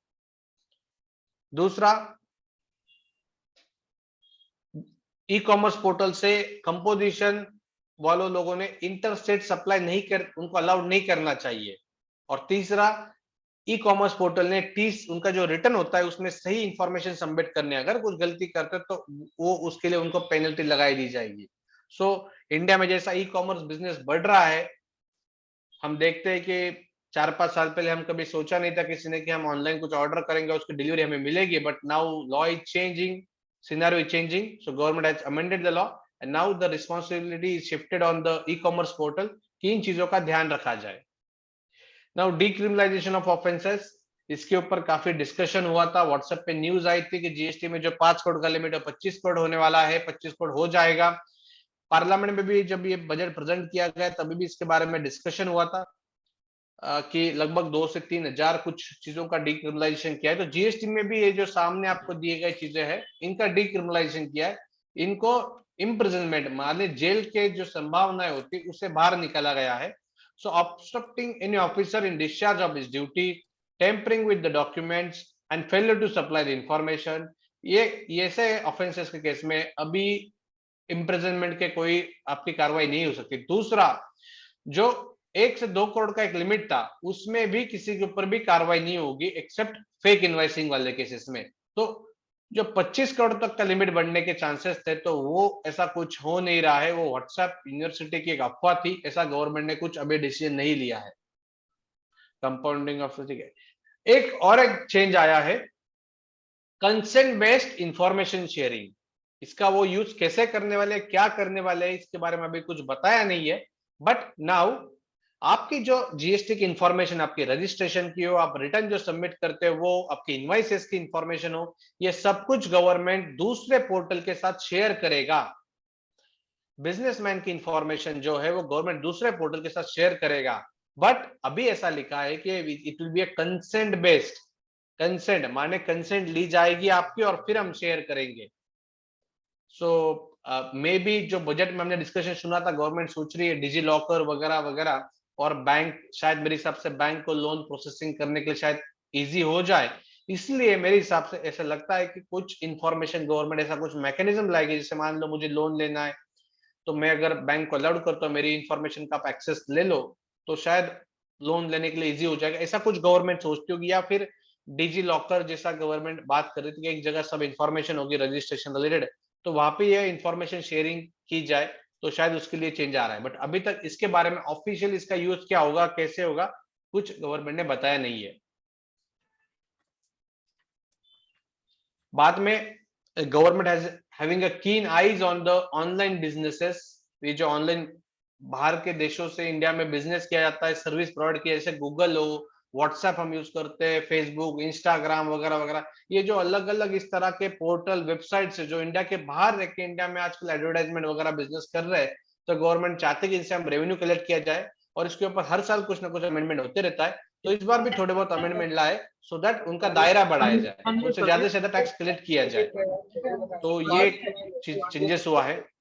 दूसरा, जो लॉजिस्टिक सर्विस प्रोवाइडर होते हैं, एक इंपॉर्टेंट चेंज हुआ है, लॉजिस्टिक सर्विस प्रोवाइडर जो कि एक्सपोर्ट्स का काम करते हैं, तो ऐसे लोगों को टैक्स, सीजीएसटी, एसजीएसटी या आईजीएसटी लगाना, इसके ऊपर थोड़ी सी दिक्कत हो रही थी पिछले 3-4 साल से। आईजीएसटी की लायबिलिटी आ रही थी, बट अभी गवर्नमेंट ने क्लियर किया है कि आपको करना है। अगर आप सबको याद है, व्हाट्सएप पे पिछले 2-3 महीनों में काफी 2-3 बार आए एक्सपोर्ट फ्रेट के बारे में काफी न्यूज आ रही थी, तो वो यही था कि आईजीएसटी की लायबिलिटी है, बट वो स्टेट को रेवेन्यू नहीं मिला था, स्टेट में भी इसके प्रॉब्लम्स थे। तो बट अभी गवर्नमेंट ने बोला है कि जब एक्सपोर्ट फ्रेट की सर्विस दी जा रही है, तो टैक्स सीजीएसटी, एसजीएसटी लगेगा या आईजीएसटी लगेगा, ये डिटरमाइन होगा based on the location of recipient, ना कि डेस्टिनेशन ऑफ गुड्स। पहले डेस्टिनेशन ऑफ गुड्स के हिसाब से था टैक्स कौन सा लगेगा, अभी बताया गया है कि लोकेशन ऑफ रिसिपिएंट के हिसाब से टैक्स लगेगा। So these are all the GST changes in the budget. I will conclude my session by saying that every big change is at the hard at the first, Messi in the middle, Georges at the end. So GST आने को 10-15 साल लग गए, काफी hard था। Messi in the middle, so now we are in the Messi stage, जहाँ पे काफी सारे अमेंडमेंट, काफी सारे चेंजेस, काफी सारे कंफ्यूजन, काफी सारे डिफरेंट एडवांस रूलिंग आ रहे हैं, काफी सारे मिस्टेक हो रहे हैं जिसका कोई सोल्यूशन नहीं है। But I hope coming 4, 5, 10 years, it will be a GST will be Georgious. It will be something good. Our nation has seen any changes after independence. So with this, I complete my session. Thank you. Over to Parag and Rajesh sir. धन्यवाद supreme जी। मैं अब second session पे आ रहा हूँ, conclude by the advocate संतोष गुप्ता जी। मैं अमित करण संतोष गुप्ता जी को, साथ ही मैं अनुरोध करूंगा गुप्ता जी से कि हमारे जो मतलब जो हमारे जो पार्टिसिपेंट है, उनके कुछ क्वेश्चंस हैं, उनका भी आप जवाब दे दीजिए कृपया। संतोष गुप्ता जी हमारे चेयरमैन है, नेशनल को चेयरमैन। स्वप्निल सर, एक अमेंडमेंट जो बहुत अच्छा आया, सेक्शन 132 वाला, जहां उन्होंने कुछ प्रोविजनल वहां से हटा दिए प्रोविजन जो अरेस्ट से संबंधित थे, या कुछ सीआरपीसी में जो पहले से सीआरपीसी में जो कुछ अमेंडमेंट दिए हुए थे, उन्होंने यहाँ से हटाया है 132 से। Yes sir. तो थोड़ा सा उसके बारे में भी अगर आपके पास हो तो बता दें लोगों को। हाँ, मैंने बताया था सर कि ये जो चेंजेस हुए हैं, वापिस आता हूँ उसके ऊपर। पराग सर, आपने शायद बोला था कि जो केस सर है वो बोलेंगे, मैं कंटिन्यू करूं? आप कंक्लूड गुप्ता जी कर देंगे, आप बीच में जवाब दे सकते हैं, ऐसे कोई रिस्ट्रिक्शन नहीं है। तो अभी गुप्ता सर के बात करेंगे।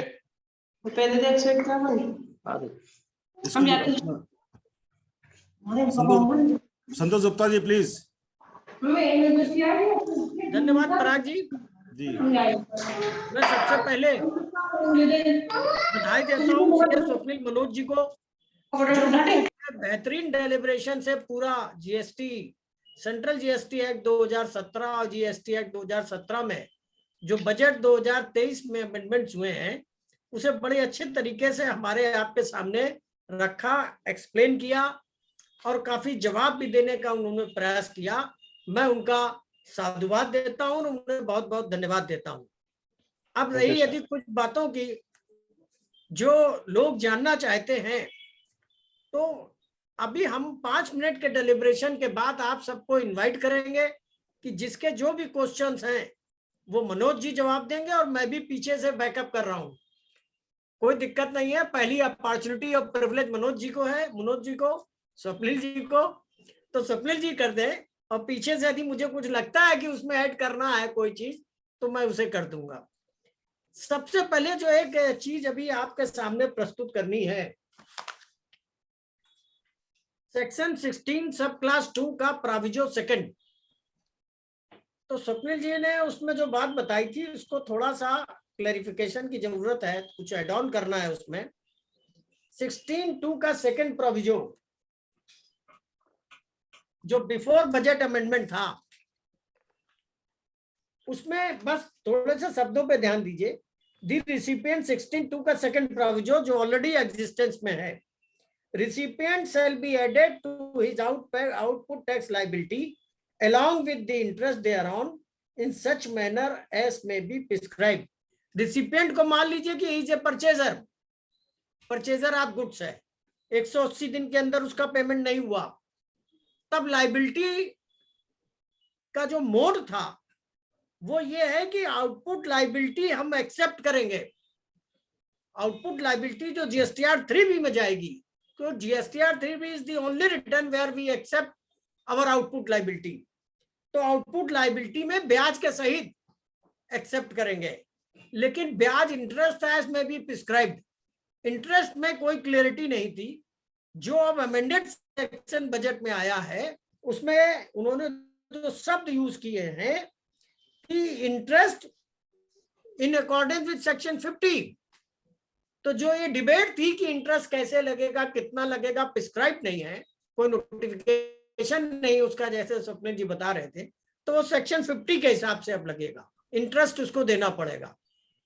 ये जो पेमेंट आप जब भी करेंगे, माने परचेजर या रिसिपिएंट ऑफ गुड्स जब भी पेमेंट अपने सेलर को करेगा तब वो रिक्रेडिट कर सकता है उसको। अपने रिक्रेडिट कैसे करेगा? जीएसटीआर फॉर्म 3B में वो आईटीसी अपना बढ़ा सकता है, रिक्रेडिट कर लेगा, लेकिन इंटरेस्ट अमाउंट का नहीं। केवल आईटीसी अमाउंट जिसके परचेज का पेमेंट बाकी था, उसने नहीं किया था 180 दिन के अंदर, वो यदि करता है तो इसमें बस इतना ही चेंज है। इंटरेस्ट की बात क्लैरिटी पे आ गई कि सेक्शन 50 अब प्रिस्क्राइब करने की बात खत्म कर दी उन्होंने। तो एक तो 16(2) ये था। अब इसमें जो भी क्वेरी आप लोगों की होगी वी विल डील इट। अभी जो राजेश शर्मा जी ने कहा था कि कुछ अपराधों को कम किया गया है, तो अपराधों को ये मान के कि ये अपराध नहीं होंगे। अपराध माने आप ये समझिए कि प्रोसिक्यूशन लायबल टू सेक्शन 132। और स्वप्निल जी ने अपने पीपीटी में बड़ा स्पष्ट बताया था कि सेक्शन 132 में जो ऑफेंस से बाहर किए गए थे वो उसमें थे। फिर भी यदि समझना है तो आप ऐसे समझें कि अधिकारी के कार्यों में बाधा पहुंचाना या उसके कार्य को रोकना पहले अपराध था, वो अपराध नहीं होगा। इंपॉर्टेंट एविडेंस है, उनको आप जानबूझकर टेम्पर करते हैं या खत्म करने की कोशिश करते हैं। दूसरा यह है कि इंफॉर्मेशन जो आपसे मांगी गई और आप नहीं दे रहे, तो ये अपराध की श्रेणी में था। अब इसे अपराध की श्रेणी से हटाया जा रहा है, तो ये इससे तो हट जाएगा, लेकिन पैनल सेक्शन जो 122 है उसके जो प्रोविजंस हैं वो उस पर अप्लाई करेंगे। वो प्रोविजन नहीं है तो सेक्शन 125 में 25,000 रुपए की पेनल्टी के जनरल क्लॉज में गवर्नमेंट उसमें एक्शन ले सकती है। आपको प्रोसिक्यूशन सेक्शन से फिर खाली हटाया गया है। दूसरा जो डाटा शेयर करने की बात आई थी, डाटा जो शेयर करेगा उसमें स्पेसिफिक है कि GST return filing, form 3B का डाटा, ई इनवाइस, ई वे बिल, जो भी डाटा जीएसटीएन के पोर्टल पे उपलब्ध है वो किसी भी विभाग को कर सकते हैं, लेकिन उसमें कंडीशन है कि जीएसटी काउंसिल के रिकमेंडेशन के बाद। अभी आप लोगों को यह ध्यान कराऊं कि इनकम टैक्स में जो जीएसटी से संबंधित, सेल से संबंधित डाटा है वो फॉर्म 26 में टैक्स पेयर के दिख रहा है। वो क्यों हो रहा था? उसमें ये कॉम्पिटेंसी की थी, एमयू साइन हुआ था इनकम टैक्स और जीएसटी के साथ कि आप ये डाटा शेयर करेंगे। उस एमयू को के तहत वो हो रहा था, लेकिन लीगल कॉम्पिटेंसी कोई नहीं थी कि उस सेक्शन में जीएसटी को कोई इंपावर्ड किया गया हो। इसलिए वो सेक्शन 158 कैपिटल ए लेकर आए हैं बजट में कि उससे उन्हें लीगल पावर मिल जाएगी डाटा को शेयर करने के लिए। कंडीशन सिर्फ इतनी लगाई है कि जीएसटी काउंसिल जिसको रिकमेंड करेगी। अब जीएसटी काउंसिल जब रिकमेंड कर देगी कि ये डाटा यहाँ यहाँ यहाँ इस विभाग को दिया जा सकता है, चाहे वो इन्फोर्समेंट एजेंसीज हो, चाहे वो बैंकिंग इंस्टीट्यूशंस हो, चाहे अन्य कोई विभाग हो जो लेता है, तो वो लागू और इन्फोर्स्ड हो जाएगा after recommendation of GST council. Power मिल गई है, जीएसटी काउंसिल उसे रिकमेंड कर देगी और गवर्नमेंट तो जिसे चाहती है जीएसटी काउंसिल से रिकमेंड करके ले ही आती है। एक चीज और समझने की है, शेड्यूल 3 जो जीएसटी का है, शेड्यूल 3 जीएसटी में कुछ रिट्रोस्पेक्टिव अमेंडमेंट हुए हैं। रिट्रोस्पेक्टिव अमेंडमेंट हुए 1 जुलाई 2017 से। उसका पैराग्राफ 7, 8 एक्सप्लेनेशन 2 इसमें अमेंडमेंट किया गया है। इसके अमेंडमेंट का मोटिव ये है कि इसमें सर्टेन शेड्यूल में कुछ ट्रांजैक्शंस आते थे जिनमें डिबेट कर रही थी गवर्नमेंट, जैसे ओवरसीज सेल्स। ओवरसीज सेल्स को स्पेसिफिक एग्जेम्प्ट किया गया है 19 में, इसके पहले इसमें डिस्प्यूट है। दूसरा है कि जो कस्टम बाउंड्री के अंदर बॉन्डेड वेयर हाउस हैं, उस माल को यदि फिर एक्सपोर्ट कर दिया जाए तो डिपार्टमेंट की कुछ नोटिसेस आ रही थी उसमें टैक्स लायबिलिटी को मांगते हुए। एक स्थितियां ये थी, ये सारे एक्सप्लेनेशन ऑफ पार्ट में है, उसको आप देख सकते हो। हमने विदेश के बाहर माल खरीदा, विदेश से खरीदा, इंडिया नहीं लाए, न कस्टम बाउंड्री में आया, बाहरी बाहर वो माल रहा। उस माल को मान लीजिए हमने रूस में खरीदा और यूक्रेन को सप्लाई कर दिया, तो उस ट्रांजैक्शन में भी डिपार्टमेंट ये ऑब्जेक्शन कर रहा था कि हमें टैक्स चाहिए, जबकि वो टैक्सेबल टेरिटरी में ट्रांजैक्शन हुआ ही नहीं। टैक्सेबल टेरिटरी जो डिफाइंड है वो इंडिया के अंदर की है, तो कस्टम बाउंड्री में भी नहीं आया वो। तो वो ट्रांजैक्शन में ये जो क्लैरिटी लाने के लिए उन्होंने रिट्रोस्पेक्टिव अमेंडमेंट कर दिए कि इसमें क्लियर कट एग्जेम्पशन रहेगा और deem to be with effect from 1/7/17, ताकि जो लिटिगेशन चल रहे हैं वो खत्म हो जाए। इसमें एक और प्रोविजो बढ़ाया गया है कि यदि टैक्स आपने कलेक्ट करके और जमा किया है गवर्नमेंट को इन ट्रांजैक्शन का, तो उसका रिफंड आपको नहीं मिलेगा। रिफंड उस केस में बन सकता है जिस केस में आपने अपने पास से जमा कर दिया, तो वो फिर रिफंडेबल हो सकता है। लेकिन क्लियर रिस्ट्रिक्शन इस पर लगाया है स्पेसिफिक कि जब तक वो कलेक्ट कर लिया गया और गवर्नमेंट को जमा कर दिया गया तो फिर रिफंडेबल नहीं होगा, वो गवर्नमेंट के एक्सपेंडिचर में चला गया, उसके खजाने में चला गया। तो ये चीजें दो थी जो मुझे लगा कि आपको और इलेबोरेट कर दी जाए। हालांकि स्वप्निल भाई ने उसको बताया था, उनकी पीपीटी में भी था, तो समयाभाव के कारण बहुत डिटेलिंग उन्होंने नहीं की, तो वो चीजें एड ऑन हमने कर दी हैं। बाकी तो सब अच्छा है। अब आप लोगों की जो क्वेरी हो, हमारे जो मित्र सब जुड़े हुए हैं हमारे साथ ऑनलाइन, तो स्वप्निल जी हम मौजूद हैं, हमारे राजेश जी भी मौजूद हैं आपकी क्वेरीज का जवाब देने के लिए। अब हम आपको आमंत्रित करते हैं, आप 1 by 1 बताएं, या तो पराग जी के माध्यम से उसको चैट बॉक्स में ले लें या डायरेक्ट बताएं।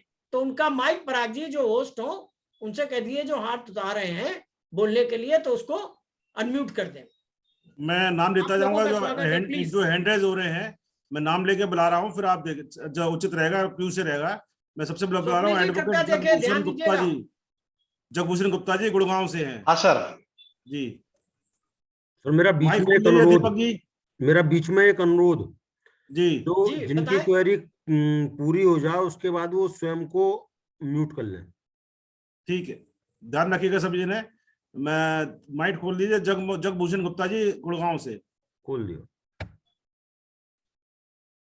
माइक अपने खोल आप लीजिए को गुप्ता जी, अपना माइक अनम्यूट कर लीजिए। हाँ सर, स्वप्निल जी सुन सर आ रहे रही हैं? है आवाज? स्वप्निल जी हाँ, जवाब आ रही है देंगे। आवाज। हाँ sir sir thank you sir, my name is Jagbhushan Gupta, मैं एडवोकेट हूँ गुड़गांव से। और sir I am shall very thankful to you कि आपने इतना बढ़िया जो है ना वो डिबेट रखी है कि पराग जी। पूरा सर मेरी परिचय दीजिए, आप हरियाणा चैप्टर के वाइस प्रेसिडेंट भी हैं, पूरा परिचय दीजिए। जी सर जी मैं हरियाणा वाइस प्रेसिडेंट का, मैं बढ़िया हरियाणा बढ़िया। से वाइस प्रेसिडेंट भी हूँ। सर मेरी दो क्वेरीज थी। मेरी क्वेरी ये थी कि मैंने एक मार्च 2022 के अंदर एक टैक्स भरा, मेरा टैक्स के रिवर्स हुआ था। ये मैंने DRC 03 नहीं भरा, लेकिन मैं टैक्स भर दिया था इंटरेस्ट और ना पेनल्टी के साथ। अब मेरे पास वहां से नोटिस आया कि जी आपने DRC 03 नहीं भरा। मैं कहा जी ठीक है जी, मैं DRC 03 भर देता हूँ। अब तो मैंने वो DRC 03 भर दिया। अब वो कहते हैं जी इंटरेस्ट दो, लेकिन सर हमारा जो पैसा था वो कैश लेजर में पड़ा रहा। एसएससी को पता नहीं था, वो एसएससी किसी कहीं से आया था वो मेरे पास, मैंने उसका DRC 03 अभी भरा। अब वो सर क्या इंटरेस्ट एप्लीकेबल है उसके ऊपर, जबकि हमारा वो पैसा अंदर ही पड़ा था उसके अंदर कैश लेजर में।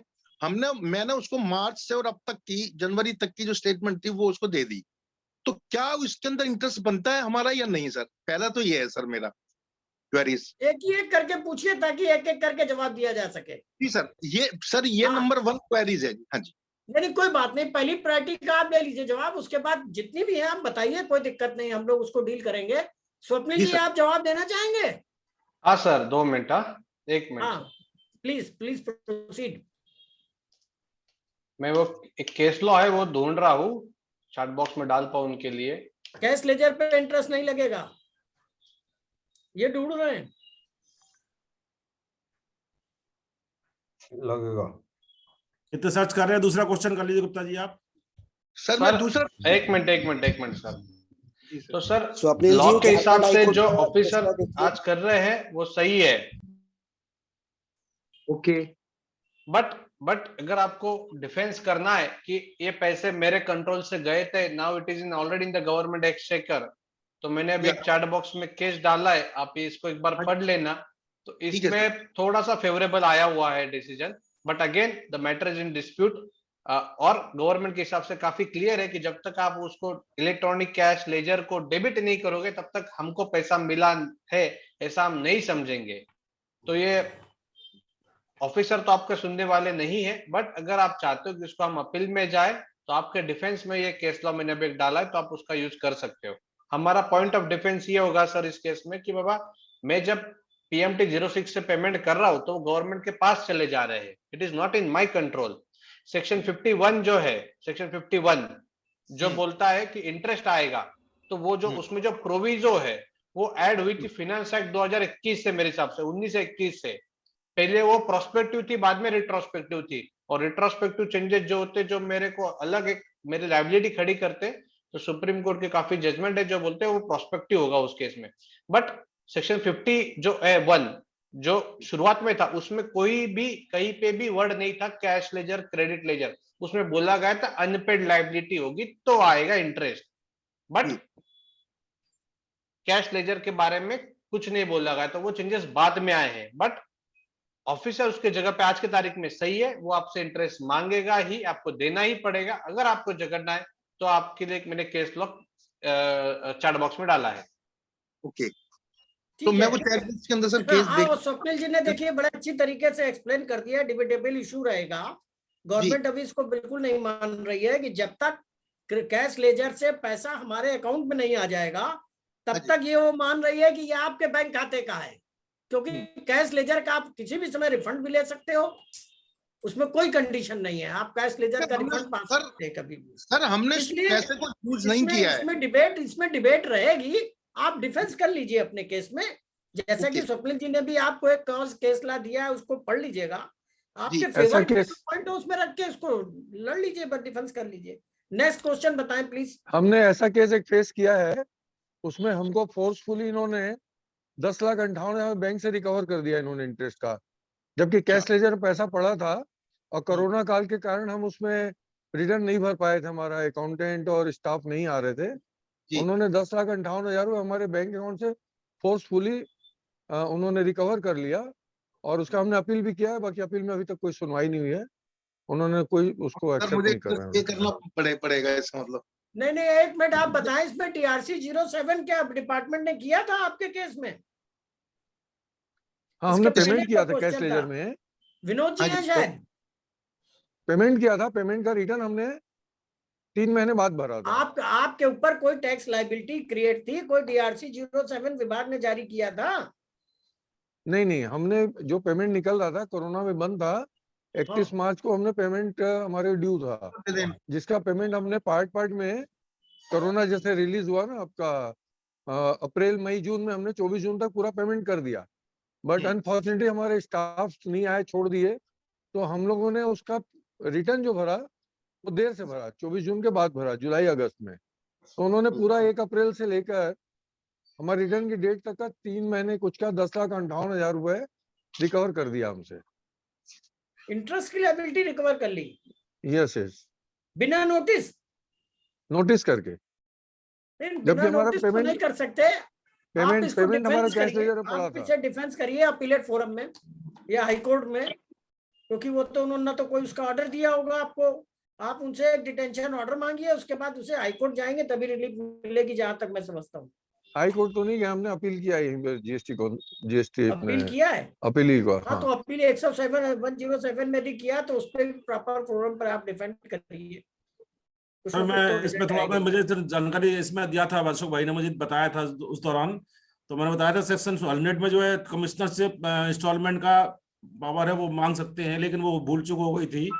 दूसरी बात ये है अपीलेट इसमें कुछ नहीं करेगा। ऐसा ना कि तमाम टेक्निकलिटीज इन्वॉल्व हैं, हाँ। वो सारे फैक्ट्स देखने के बाद इनसे डिटेल ले लीजिए जी, तो हम लोग इसको समझ लेंगे और समझ के प्रॉपर जवाब दे देंगे इसका। ठीक, क्योंकि इसमें तमाम चीजें DRC 07 हुआ था कि नहीं हुआ था, लाइबिलिटी के खिलाफ कोई ऑर्डर पहले पास हुआ था कि नहीं पास हुआ था, कि विदाउट लाइबिलिटी क्रिएट किए हुए ही इंटरेस्ट का पैसा बैंक से निकाल लिया उन्होंने, आपके मतलब कैश लेजर से डेबिट कर दिया। तो ये कई इश्यूज इसमें टेक्निकल आएंगे, आप इनसे मंगा लीजिए और स्वप्निल जी को भेज दीजिए, हमें भेज दीजिए, हम लोग उस अपनी ओपिनियन आपको दे देंगे, जो ओपिनियन हो वो इन्हें फॉरवर्ड कर दीजिएगा। ठीक। चलिए आगे बढ़ते अपने लोग। हाँ, कपिल देव जी। सर एक क्वेश्चन और था मेरा जी। सर दूसरा क्वेश्चन ये था कि एक पार्टी की एसएससी की रिटर्न जो 17-18 की थी, वो जून 2018 में मैंने सारी रिटर्नें भरी, परचेज की रिबेट भी ली, एज पर बिल के मुताबिक सारा कुछ आया हुआ था। अब मेरे पास डिपार्टमेंट से यह आया नोटिस कि जी आप इसकी परचेज का इनपुट नहीं ले सकते थे, क्योंकि आपने ड्यू डेट पर ये इनपुट नहीं लिया। मैंने उनसे कहा, मैं जी मैंने ड्यू डेट पे भरी, मैंने गुप्ता जी क्या ड्यू डेट पे क्या नहीं किया उन्होंने, जरा बताइए फिर से। वो यूं कहते जी आपने ड्यू डेट पे रिटर्न नहीं भरी थी, इसलिए आपको इनपुट भी नहीं मिलेगा। मैंने कहा सर एक बात बताओ, 17-18 की एनुअल रिटर्न हमारी 18 सितंबर तक की थी, जिसकी डेट बढ़ गई थी। मैं कहता हूँ चलो वो भी नहीं, लेकिन 17-18 की रिटर्न जब मैंने भरी ही लेट है, अपने लेट करना पेनल्टी के साथ, तो मैंने उसमें ड्यू डेट पे मैंने भरी नहीं। तो सर ये थोड़ा सा ही बताइए कि मैंने जब 17-18 की रिटर्न ही जून 18 में भरी है, एनुअल रिटर्न भरने से पहले, वो यूं कहते जी आपको 17-18 का जो इनपुट मिलना था वो ड्यू डेट पे ही मिलना था। ऐसा है क्या? ऐसा नहीं, ऐसा नहीं है, बिल्कुल नहीं है, वो गलत कह रहे हैं।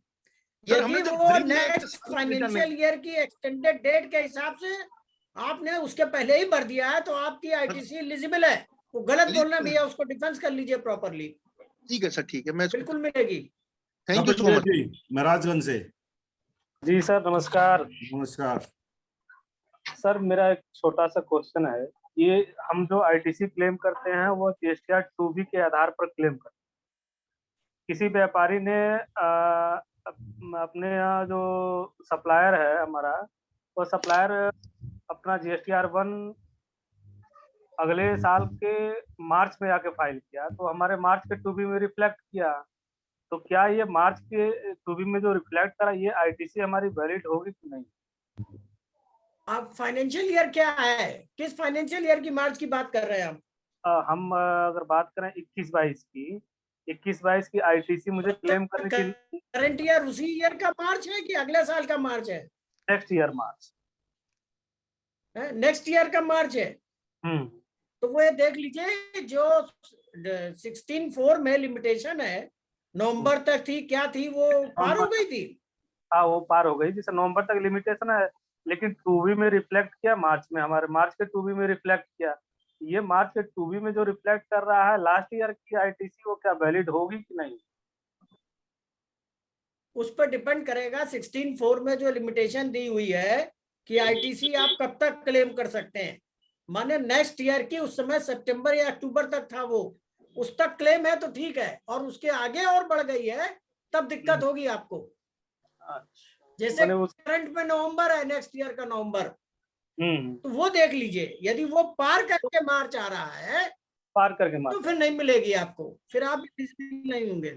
और सर एक वो फैक्ट्स आप देख लीजिए, मार्च कौन सा मार्च है। नहीं ठीक है, वो क्लियर हो गया। मैं बुला रहा हूँ सुमित गुप्ता हल्द्वानी से। छोटी सी और क्लियर कर दीजिए, ये सेक्शन 16(2)D में जो लिखा हुआ 180 दिन की बात हो रही थी, तो इसमें ये लिखा है कि पूर्तिकार द्वारा 180 दिन का मैटर डिफरेंट है। वो आप परचेजर को पेमेंट, सेलर को पेमेंट नहीं कर रहे हैं, वो अलग इशू है। उसमें तो जब आप 180 दिन में नहीं करेंगे, रिवर्स करना पड़ेगा, और जब आप कर देंगे तो रिक्लेम कर सकते हैं, उसमें लिमिटेशन नहीं अप्लाई करेगा। सर ये मैं पूछना चाहता हूँ, जो फाइनेंस एक्ट में अभी बजट में अभी आया 180 दिन के अंदर अगर हम भुगतान नहीं करते तो हमको वापस करना पड़ेगा, लेकिन सेक्शन 16 इंटरेस्ट को स्पेसिफाई किया है, केवल कंडीशन वही है जो पहले थी। आपको आईटीसी रिवर्स करनी पड़ेगी 180 दिन के बाद। इंटरेस्ट क्या लगेगा अब सेक्शन 50 के हिसाब से लगेगा, पहले था प्रिस्क्राइब किया है, उसमें कोई चीजों में और फर्क नहीं है, केवल इतना ही डिफरेंस है तो पहले और अब में, बस इतना ही है कन्फाइंड। आप पढ़े ध्यान से, जो बजट का क्लॉज है उसको पढ़िए, बड़ा साफ साफ लिखा हुआ है उसमें। केवल इंटरेस्ट का ही फिक्स किया है उन्होंने, इंटरेस्ट पहले भी देना था, इंटरेस्ट अब भी देना है, अभी प्रिस्क्राइब था पहले, अब कह दिया सेक्शन 50 के हिसाब से लगेगा। ठीक, सुमित गुप्ता जी हल्द्वानी से। सर नमस्कार पराग जी, सबसे पहले आपको नमस्कार करूंगा, उसी के साथ साथ सभी सम्मानित जो साथी हैं उनको नमस्कार करता हूं। हल्द्वानी टैक्स एसोसिएशन से एक्स प्रेसिडेंट हूं सर, और एक क्वेश्चन है सर मेरा, आपको आवाज आ रही है तो जरा क्लियर करिए। आ रही है, बिल्कुल आवाज आ रही है। सर रिगार्डिंग कंपोजिशन स्कीम के रिगार्डिंग में बात करना चाह रहा हूँ सर। इसमें ऐसा है कि CMP 08 जो क्वार्टरली भरे जाते हैं, उस वाले में हमारे द्वारा कोई डाटा गलत चले गया। 2 डीलर का काम करते थे, किसी का डाटा किसी में चले गया सर, उसकी गलती को हमने सुधार, हमने रिटर्न जो भरा वो बिल्कुल सही भरा। उसके साथ साथ जब उसका जो पेमेंट है वो कैश लेजर से माइनस हो जाता है सर, जब हम CMP 08 भरते हैं तो क्या हमारा एक्स पेमेंट है जो डिपार्टमेंट के पास है, क्या वो किसी तरीके से रिफंड हो सकता है? देखिए, एक्सेस पेमेंट हो गया आपका। जी सर, पेमेंट यदि एक्सेस हो गया और आप अपने फैक्ट से उसको साबित कर सकते हैं कि एक्सेस हो गया है, तो आप अदर्स में धारा 54 में रिफंड डालिए, मिलेगा। आपको साबित करना पड़ेगा कि एक्सेस पेमेंट कैसे हो गया। वो लिमिटेशन पीरियड है उसकी 2 साल की, उसके अंदर आप फाइल कर दीजिए तो वो रिफंड हो सकता है। सर बेसिकली क्या है कि जैसे मान लीजिए 8 लाख की, चाहे वो रेगुलर डीलर हो, रेगुलर डीलर ने भी यदि ज्यादा एक्सेस पेमेंट आप टैक्स कर दिया है तो वो भी रिफंडेबल हो सकता है, लेकिन वो धारा 54 में अदर बात की जाती है तो मना करते हैं सर उसके लिए। अधिकारी तो रिफंड देने में हमेशा अनकल नहीं करता है, वो आपका राइट है। रिजेक्ट करता है तो आप अपील करिए ना उसके, फिर आपको राइट है अपील करने का। 107 में अपील करिए आप, अधिकारी कभी रिफंड देना नहीं चाहता है। बिल्कुल बिल्कुल सही बात करना। तो मेरी बात यह है कि यदि रिजेक्ट करता है उससे कहिए रिजेक्शन ऑर्डर दे दीजिए, अपील में चले जाइए। आप उसको लाठी डंडे से तो मारने से रहे, या उच्च अधिकारियों से मिल लीजिए और उसको बताइए कि समझाइए इनको ना नहीं आता है, समझ ले, उससे काम बन जाए तो उससे करा लीजिए, नहीं तो रिजेक्शन ऑर्डर ले लीजिए अल्टीमेटली, और अपील में चले आइए, रिफंड हो जाएगा। बस साबित आपको करना पड़ेगा कि it is access payment of tax. अपने फैक्चुअल पोजीशन से, अपने रिकॉर्ड से ये साबित करना पड़ेगा कि एक्सेस पेमेंट ऑफ टैक्स हो गया, चाहे जीएसटीआर 3B में हो गया, चाहे कंपाउंडिंग डीलर में हो गया। Sumit ji, thank you sir, thank you. Sumit ji, आपको जो रिफंड है इसमें, जी सर, जब भी एक्सेस पेमेंट की बात आती है तो ऑफिसर नॉर्मली थोड़ी हिचकिचाते हैं रिफंड देने को, क्योंकि उनको भी नहीं मालूम सही में एक्सेस है नहीं है। तो आप अगर फैक्ट प्रॉपरली लेके जाते हो ऑनलाइन एप्लीकेशन करने के बाद उनके पास कि सर ऐसा हुआ है, ऐसा हुआ है, ऐसा हुआ है, मुझे रिफंड दीजिए, उनको अगर समझ में आए तो मेरे हिसाब से वो जरूर रिफंड देंगे आपको।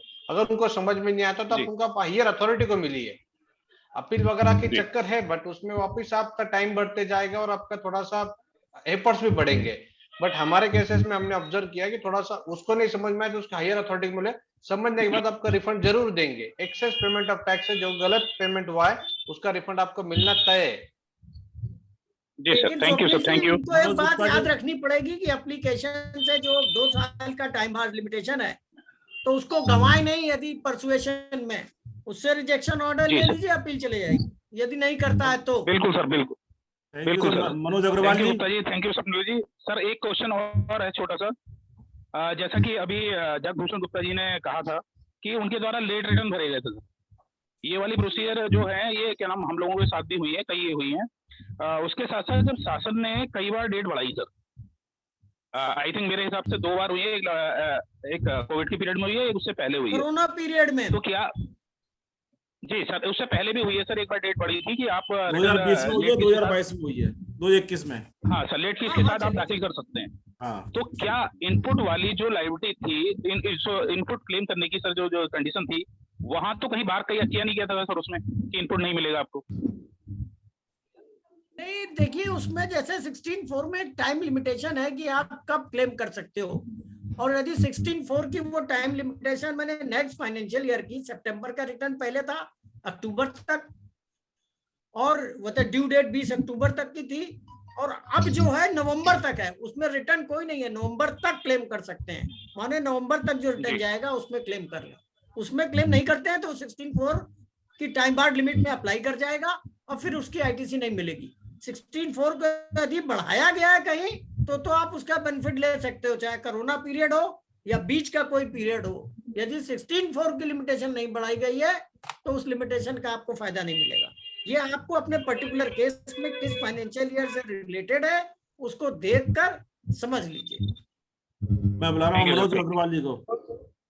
जी मनोज अग्रवाल जी, नमस्कार। नमस्कार पराग जी, नमस्कार। मनोज जी का परिचय, मनोज जी का परिचय मैं दे दूं कि हमारे बहुत बड़े लायर हैं, जीएसटी पे काफी एक्सपर्ट हैं, लेवल पे इन्होंने बुक्स भी निकाली है जी, और काफी जाने माना चेहरा है, और अपने फोरम से आप जुड़े हुए हैं। जी, मैं इनका अभिनंदन करता हूँ, इनका स्वागत करता हूँ। स्वागत है सर, स्वागत है। आप राउरकेला से हैं ना? वेलकम, राउरकेला से। वेलकम जी, धन्यवाद संतोष जी, और स्वप्निल जी को भी मेरा नमस्कार। बहुत ही अच्छा डेलिब्रेशन था आपका। अच्छा, ये रही बात 16(4) के जो इशू की बात है, इस पे मैं कुछ बोलना चाह रहा हूँ कि हाँ बोलिए। ऑलरेडी कई हाई कोर्ट्स में है, और गुजरात हाई कोर्ट में एक सूरत मर्केंटाइल के केस में हो सकता है फरवरी एंड तक इसमें कुछ पॉजिटिव जजमेंट आ जाए। इसमें देखिए सबसे मेन इशू है कि ये इनडायरेक्ट टैक्स है, और इसमें आप जैसे मैंने किसी से माल खरीदा और मेरी रिटर्न लेट हुई है कोई भी कारण से, उसमें मैं जब बेचता हूँ तभी भी मैं टैक्स पे करता हूँ, तो मुझे यदि इनपुट ही नहीं मिलेगा तो ये clear case of double taxation बन जाता है। ठीक है, सरकार को पावर है कि वो एक टाइम लिमिट वो कर सकती है, रिस्ट्रिक्शन इम्पोज कर सकते हैं। सेक्शन 16(1) में वो दिया गया है, सब्जेक्ट टू कंडीशन।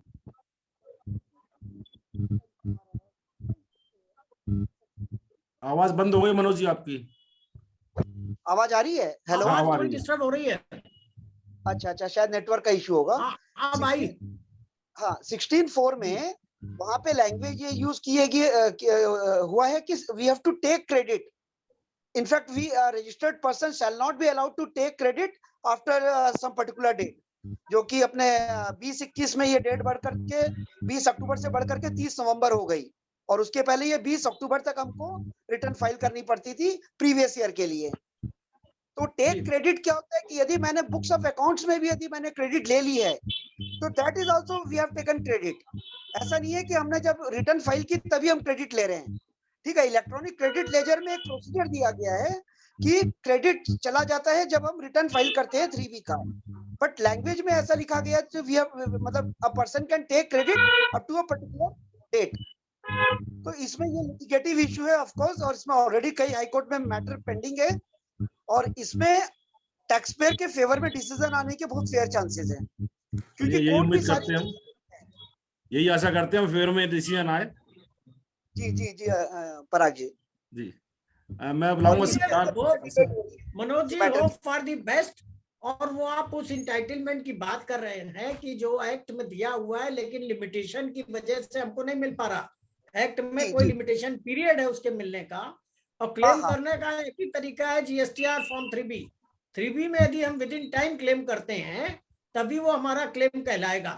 हम केवल बुक एंट्री कर लेते हैं, तो ये एक डिबेटेबल इशू है। तो let us hope court let the court be decided. Yes yes okay, मैं बुला रहा हूँ आप सिद्धार्थ भाटिया साहब को। Siddharth Bhatia ji. Hello, yes sir, thank you sir. जी sir, this is Siddharth Bhatia from Jaisalmer, Rajasthan. Sir, Swapnil sir, आपसे जो पहले डिस्कशन चल रहा था ना, what we have done is, company ने रिजोल्यूशन लिया है कि we will be importing the goods from the Mumbai port to the warehouse. वहां का हम एक ई वे बिल बनाते हैं और फिर वहां से एक दूसरा ई वे बिल बनाते हैं जैसलमेर साइट तक का sir. But the e way bill portal में सर, अगर हम दोनों तरफ यानी ई वे बिल पोर्टल पे सर जब फर्स्ट टाइम उसको इंपोर्ट में सेलेक्ट करते हैं तो इट टेक्स IGST, बट अगर second time the goods in the custody of the company but we are not registered in Maharashtra, तो वहां पे जब हम वापस सेकंड ई वे बिल बना रहे हैं, तो अगर हम वहां पे डिस्पैच फ्रॉम मैं अगर वही कंपनी का ही एड्रेस लिखते हैं तो it takes CGST SGST, bill to ship to bill from dispatch from. So we are again entering it as import of goods and making the subsequent e-way bill. So is this the right practice? Because portal पे और कोई option ही नहीं है। Because transportation Bombay से जैसलमेर के लिए company को arrange करने में बहुत डिफिकल्टी रहती है। सर, आपका जब आपका दूसरा मूवमेंट होगा तो आप उसको इनवर्ड सप्लाई दिखाइए और डिलीवरी चलन से करिए। बट सर, इनवर्ड में कहाँ से बताएं सर? बिल कहाँ से बताएं? बिल तो सर इंपोर्ट हुआ है ना। और आपका गुड स्टोर होते हैं क्या वहाँ पे? यस सर, क्योंकि क्या होता है कि द गुड्स जो भी इंपोर्ट होते हैं ना बाउंड्री के अंदर वेयर हाउसेस होते हैं। नहीं ये उसके बाद क्लियरेंस के बाद के बात कर रहे हैं सर। ये सर क्लियरेंस के बाद क्या होता है? डायरेक्ट क्लियरेंस कर रहे हैं? नहीं सर, मैं एक्सप्लेन करता हूँ सर, जस्ट 1 सेकंड। सर, हमने कस्टम से क्लियर करा लिया मटेरियल, फिर कंपनी उसको एक जगह पे स्टोरेज करती है सर बॉम्बे के अंदर ही, जब तक कि उसको ट्रांसपोर्टेशन अरेंज नहीं होता, क्योंकि कस्टम में बहुत बार मालूम नहीं चलता कि वो कितने दिन में क्लियर होगा sir. So immediately and the remote the location which the final destination है ना, that is the remote location, so easily transportation available नहीं होता है सर। एक सबसे बड़ा इशू ये रहता है सर हमारा। सर ये बता रहे हैं सिद्धार्थ जी, ये प्रॉब्लम बता रहे हैं, ये प्रॉब्लम से इंपोर्टर को बहुत ज्यादा आती है। इस बारे में मेरा सुझाव ये है, मेरा जो मतलब मेरा सभी से मत है कि इसको आप डिटेल लेकर लिख के भेजेंगे तो इसको हम अपने काउंसिल सामने प्रेजेंट कर सकते हैं। इस प्रॉब्लम, इस पे सॉल्यूशन कोई दिया जाए।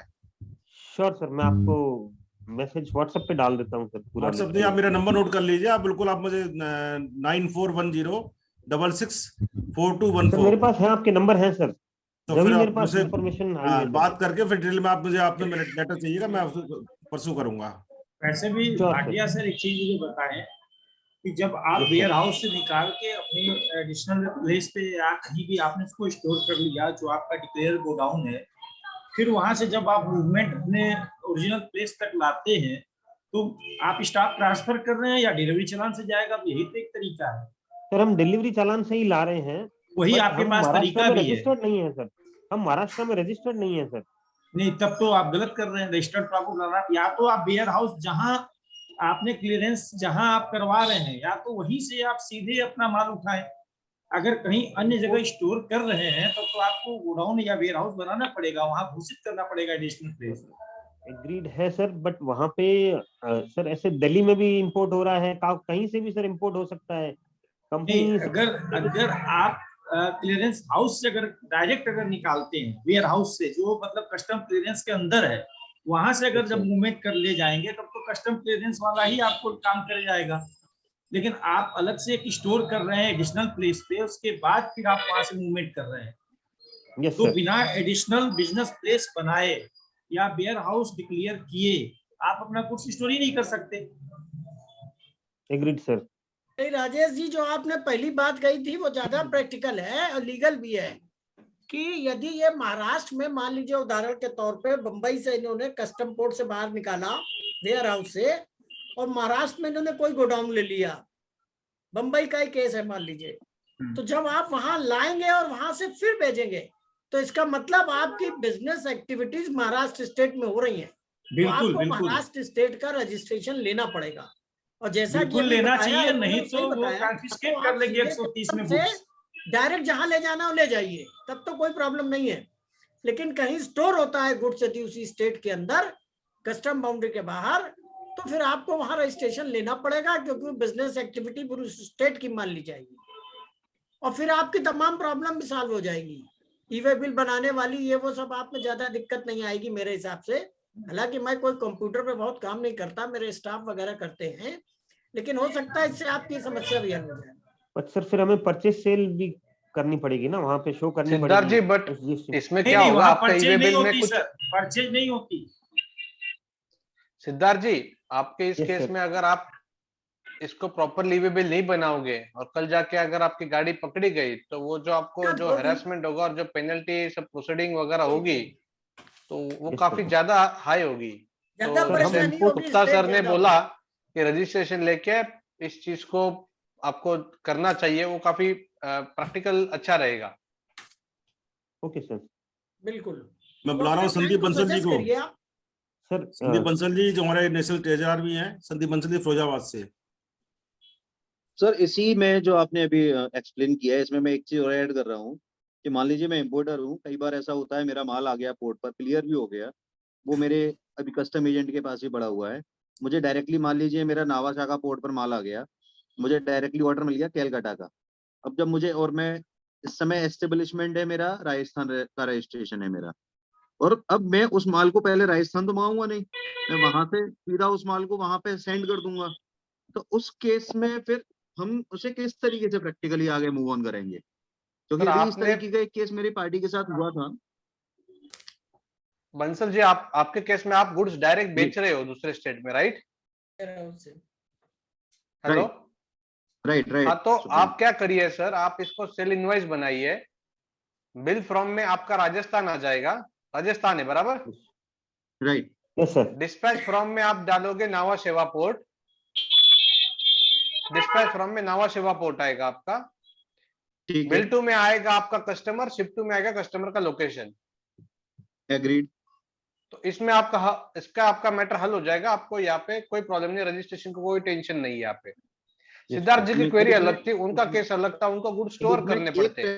प्रैक्टिकल प्रॉब्लम सही है, स्वप्निल जी ने ठीक बताया। इसमें एक प्रैक्टिकल प्रॉब्लम फिर से मैं उन्हीं को लिंक कर रहा हूँ थोड़ा सा। इसमें एक प्रैक्टिकल प्रॉब्लम अब आएगी जब हम ई-वे बिल जनरेट करेंगे, तो ई-वे बिल में क्योंकि वो हम जीरो, जब मान लीजिए राजस्थान का जो भी कोड है वो वहां से वही उठाएगा स्टेट, वो एक प्रॉब्लम आती है ई-वे बिल जनरेट करने में। नहीं सर, आप डिस्पैच फ्रॉम में आप बॉम्बे नावा शेवा चेंज करोगे, एडिट करोगे। Okay, that is the editable, that is editable, yes. Sandeep ji, कोई समस्या नहीं आएगी, बिल्कुल करना पड़ेगा बन जाएगा, बिल्कुल से कॉम्बिनेशन ऑफ 2 and 3 हो जाएगा। सर ई-वे बिल में एक ऊपर ऑप्शन आता है कॉम्बिनेशन ऑफ 2 and 3, आपको सेलेक्ट करना पड़ेगा सर, 1 और कॉम्बिनेशन ऑफ 2 या 2 and 3 ई-वे बिल में ऑप्शन आता है सर वहां ऊपर एक। वो place of commitment, place of destination का भी ऑप्शन आता है, उसको भी आप मदद ले सकते हो उससे। Any other question? खत्म करिए एक दो करके बॉस। मैं अनुरोध करूंगा, लास्ट क्वेश्चन लेते हैं। जी, वोट ऑफ थैंक्स के लिए अनुरोध करूंगा अपने राजस्थान चैप्टर के vice president advocate Ganesh Chand Sharma ji से, जो बीकानेर से हैं, क्योंकि हमें गणेश जी का बहुत दिनों से आवाज सुनाई नहीं पड़ी है, हम चाहते हैं इनकी आवाज सुनाई पड़े। जय हो गणेश जी की। जय हो गणेश जी। आज का सेशन मेरे लिए वास्तव में बहुत महत्वपूर्ण रहा, हालांकि मैंने लेट ज्वाइन किया था क्योंकि मैं कहीं बिजी था, हमारे आज एग्जीक्यूटिव मीटिंग थी, इसलिए मैं उसमें बाहर निकल के तुरंत इसको ज्वाइन किया। मेरी उत्सुकता ज्यादा थी कि मैं सेशन को सुनूंगा। और जिस तरह से स्पीकर महोदय ने एक एक चीज को विस्तार से बताया है, ये हम सभी मेंबर्स के लिए फायदेमंद स्कीम रहेगी। मैं सभी पधारे हुए उपस्थित सभी मेरे साथियों को बहुत बहुत धन्यवाद देता हूं, विशेष रूप से पराग साहब को और गुप्ता साहब को और स्पीकर महोदय को मैं बहुत बहुत धन्यवाद देता हूं, साधुवाद देता हूं। ऐसे प्रोग्राम टाइमली और फ्रिक्वेंटली होने चाहिए, इससे हम सब मेंबर्स के बीच में आपस में एक संवाद बना रहता है और कुछ बातों का जो कंफ्यूजन होता है वो इन सब बातों से पूरा दूर होता है। Thanks to all. धन्यवाद गणेश जी। मैं आपको बता दूं कि हमारे जो स्टडी सर्कल चेयरमैन है एडवोकेट आईएस शर्मा, जो कुशीनगर से हैं, महात्मा बुद्ध की जनवाड़ स्थली वहां से हैं, हमारा निर्णय हो चुका है कि हर 15 दिन में एक एकेडमिक वेबिनार होगी और नए नए स्पीकर भी आएंगे। आप लोग जरूर आइए, मेरे सबसे अनुरोध है, जो भी इसमें बिल्कुल पहले से थोड़ा टॉपिक पहले से आप हाईलाइट करेंगे तो उससे जो सब लोग तैयारी करके आएंगे तो और आनंद आएगा। टॉपिक आप सजेस्ट करेंगे क्या टॉपिक रहेगा, जो आपके प्रैक्टिकल प्रॉब्लम्स आती है उसको टॉपिक रखेंगे हम। हाँ, जीएसटी तो जैसे जैसे आगे बढ़ रहा है वैसे वैसे अपन लोगों का हाथ और मतलब यूं अपन यूं कसावट में आ रहे हैं, यूं समझिए हमारे हाथ से सारी बाजी निकलती जा रही है। कुछ ऐसी हमारे साथियों से रिक्वेस्ट करूं, कुछ ऐसी बातें निकाल के लाए जो हमारे को डिफेंस में काम आवे। आज की तारीख में जिस तरह से जीएसटी में जो प्रोविजंस आ रहे हैं, विशेष रूप से 16 सेक्शन 16(2), 16(4), ये विशेष रूप से आज के टाइम में चर्चित हो रहे हैं। बहुत सारे नोटिसेज आ रहे हैं, इनके नोटिसेज के अपने रिप्लाई तैयार करने पड़ते हैं, उसमें अपने को बहुत ज्यादा परेशानी उठानी पड़ रही है। तो हम चाहेंगे कि इसके ऊपर और ज्यादा से ज्यादा इसके मंथन होना चाहिए इस इनपुट टैक्स मेथड पे। ठीक सर, ठीक सर प्रॉब्लम तो आप लोग को क्रिएट करना है, हम लोग तो इसमें रिप्लाई देंगे। प्रॉब्लम तो आप लोग क्रिएट करके बताएं ये समस्याएं आ रही हैं। Gupta sir, Sharma ji problem creation का तो हमें सॉल्यूशन करना है, क्रिएट नहीं करना प्रॉब्लम्स को। नहीं क्रिएशन का टॉपिक बता रहे हैं आपको। मैं क्रिएशन या सॉल्यूशन पे नहीं जा रहा हूँ, मेरा तो आपस में बैठ के डिस्कस करके कोई रास्ता निकाले। शेयर नहीं करेंगे कोई नहीं समझेगा। मैं यूपी चैप्टर के अध्यक्ष हमारे संदीप कुमार जी, उनसे कहूंगा कि उसके 2 शब्द कहें। जी सर, नमस्कार सर। एक छोटी सी समस्या एक और आ रही है आईटीसी को लेकर के। जैसे किसी एसएससी ने जुलाई में आईटीसी को क्रेडिट कर लिया और उसको नेक्स्ट ईयर में वापस कर दिया। अधिकारी का कहना है कि जब बीच में किसी एक मंथ में आईटीसी कम हुई है तो ब्याज कहां तक देना होगा उसको। हेलो जी सर, एक छोटी सी क्वेरी थी कि जुलाई में एसएससी ने आईटीसी को क्लेम कर लिया, एक्सेस आईटीसी को। हेलो जी हाँ सर, आपका क्वेश्चन ये है कि आपने एक्सेस आईटीसी क्लेम किया है और जी नेक्स्ट ईयर में सर उसको हमने वापस कर दिया, वही रिवर्स कर दिया है। ऑफिसर आपको इंटरेस्ट मांग रहा है जी, लेकिन सिर्फ अगस्त के महीने में हमारा आईटीसी कम हुई है बस। तो अगस्त से सर जब आपका कम हुआ है इसका मतलब आपने उसको यूटिलाइज किया है। तो अगस्त मंथ में आप जी हाँ सुनिए सर, आपने अगस्त मंथ में उसको कम किया है मतलब यूटिलाइज हुआ है, तो तब से आपका इंटरेस्ट आएगा जब तक आप उसको रिवर्स कर रहे हो तब तक नहीं। उसके बाद फिर जुलाई के बाद अगस्त में यूटिलाइज हुआ, लेकिन सितंबर से हमारी फिर कंटिन्यू ज्यादा आईटीसी हो गई। नहीं सर, एक बार आपका कम हुआ मतलब आपने यूटिलाइज कर लिया। इसके ऊपर मेरे हिसाब से 2-4 महीने पहले रूल्स भी आए हैं जो उसके ऊपर गवर्नमेंट ने बताया कि क्या क्या कैसे कैसे आपका इंटरेस्ट वर्किंग होगा। लॉजिकल देखा जाए तो आपका अगस्त में कम हुआ मतलब आपने गलत क्रेडिट लिया था, वो आपने यूज कर लिया। तो एक बार यूज कर दिया तो आपका इंटरेस्ट प्रोविजन चालू हो गया। वो जो आपका बाद में बढ़ा है वो अलग रीजन की वजह से बढ़ा है। जी। दूसरी सरकारी ये थी कि एक एसएससी ने बी से माल खरीदा, एसएससी ने बी से माल को परचेज किया, लेकिन बी वाले ने सी और डी एफ को, एफ का अगर रजिस्ट्रेशन कैंसिल होता है तो क्या ये कि आईटीसी को रिजेक्ट किया जा सकता है? किसने किससे लिया है? ए एसएससी, ऐसे माने कोई ए एसएससी है, ए ने बी से माल परचेज किया, बी ने सी से किया, सी ने डी से किया, डी ने एफ से किया, तो एफ वाले एसएससी के यहाँ जांच होती है और रजिस्ट्रेशन कैंसिल किया जाता है। तो क्या फर्स्ट ए वाले एसएससी की आईटीसी को रिजेक्ट किया जा सकता है? सर ऐसा होना नहीं चाहिए बट ऐसा हो रहा है जो कि गलत है। सर नोटिस सेक्शन नोटिस दे रहे हैं 16C में जो बोला गया है कि टैक्स पे होना चाहिए, तो आप इसके ऊपर झगड़िए कि मेरा ऑनेस्ट परचेसेस था, ये मेरे पास सब कुछ डॉक्यूमेंट है। LGW का करके कोलकाता हाईकोर्ट का और बाद में लार्जर बेंच ने भी रेफर किया हुआ ये जजमेंट है। DY बत्तल का भी जजमेंट है, हमारा वैट के जमाने का अराइज इंडिया का जजमेंट है। तो आप ये रेफर करके इसके ऊपर झगड़िए। आप पहले तो सब डॉक्यूमेंट प्रोवाइड कर दिए, मैंने परचेस किया हुआ है। बिल्कुल, सबसे इम्पोर्टेंट ये, अगर वो बोलते आपने परचेस नहीं किया है तो बोलना सर सेल क्या किया फिर मैंने। जी सर, जी सर, बहुत बहुत मैं धन्यवाद। यहाँ पे एक उनका कहना है सबमिशन कि और कर रहा हूँ, अगर डिपार्टमेंट ने उस फर्म को बोगस सिद्ध नहीं किया है तो ITC सिद्ध तो EF वाले को किया है, सिद्ध तो EF वाली पार्टी को बोगस F को किया है। इसके रिगार्डिंग अभी उन्होंने सर्कुलर भी एक जारी किया था कि हम कब उसको बोगस मानेंगे और कब ITC डिनाई करेंगे।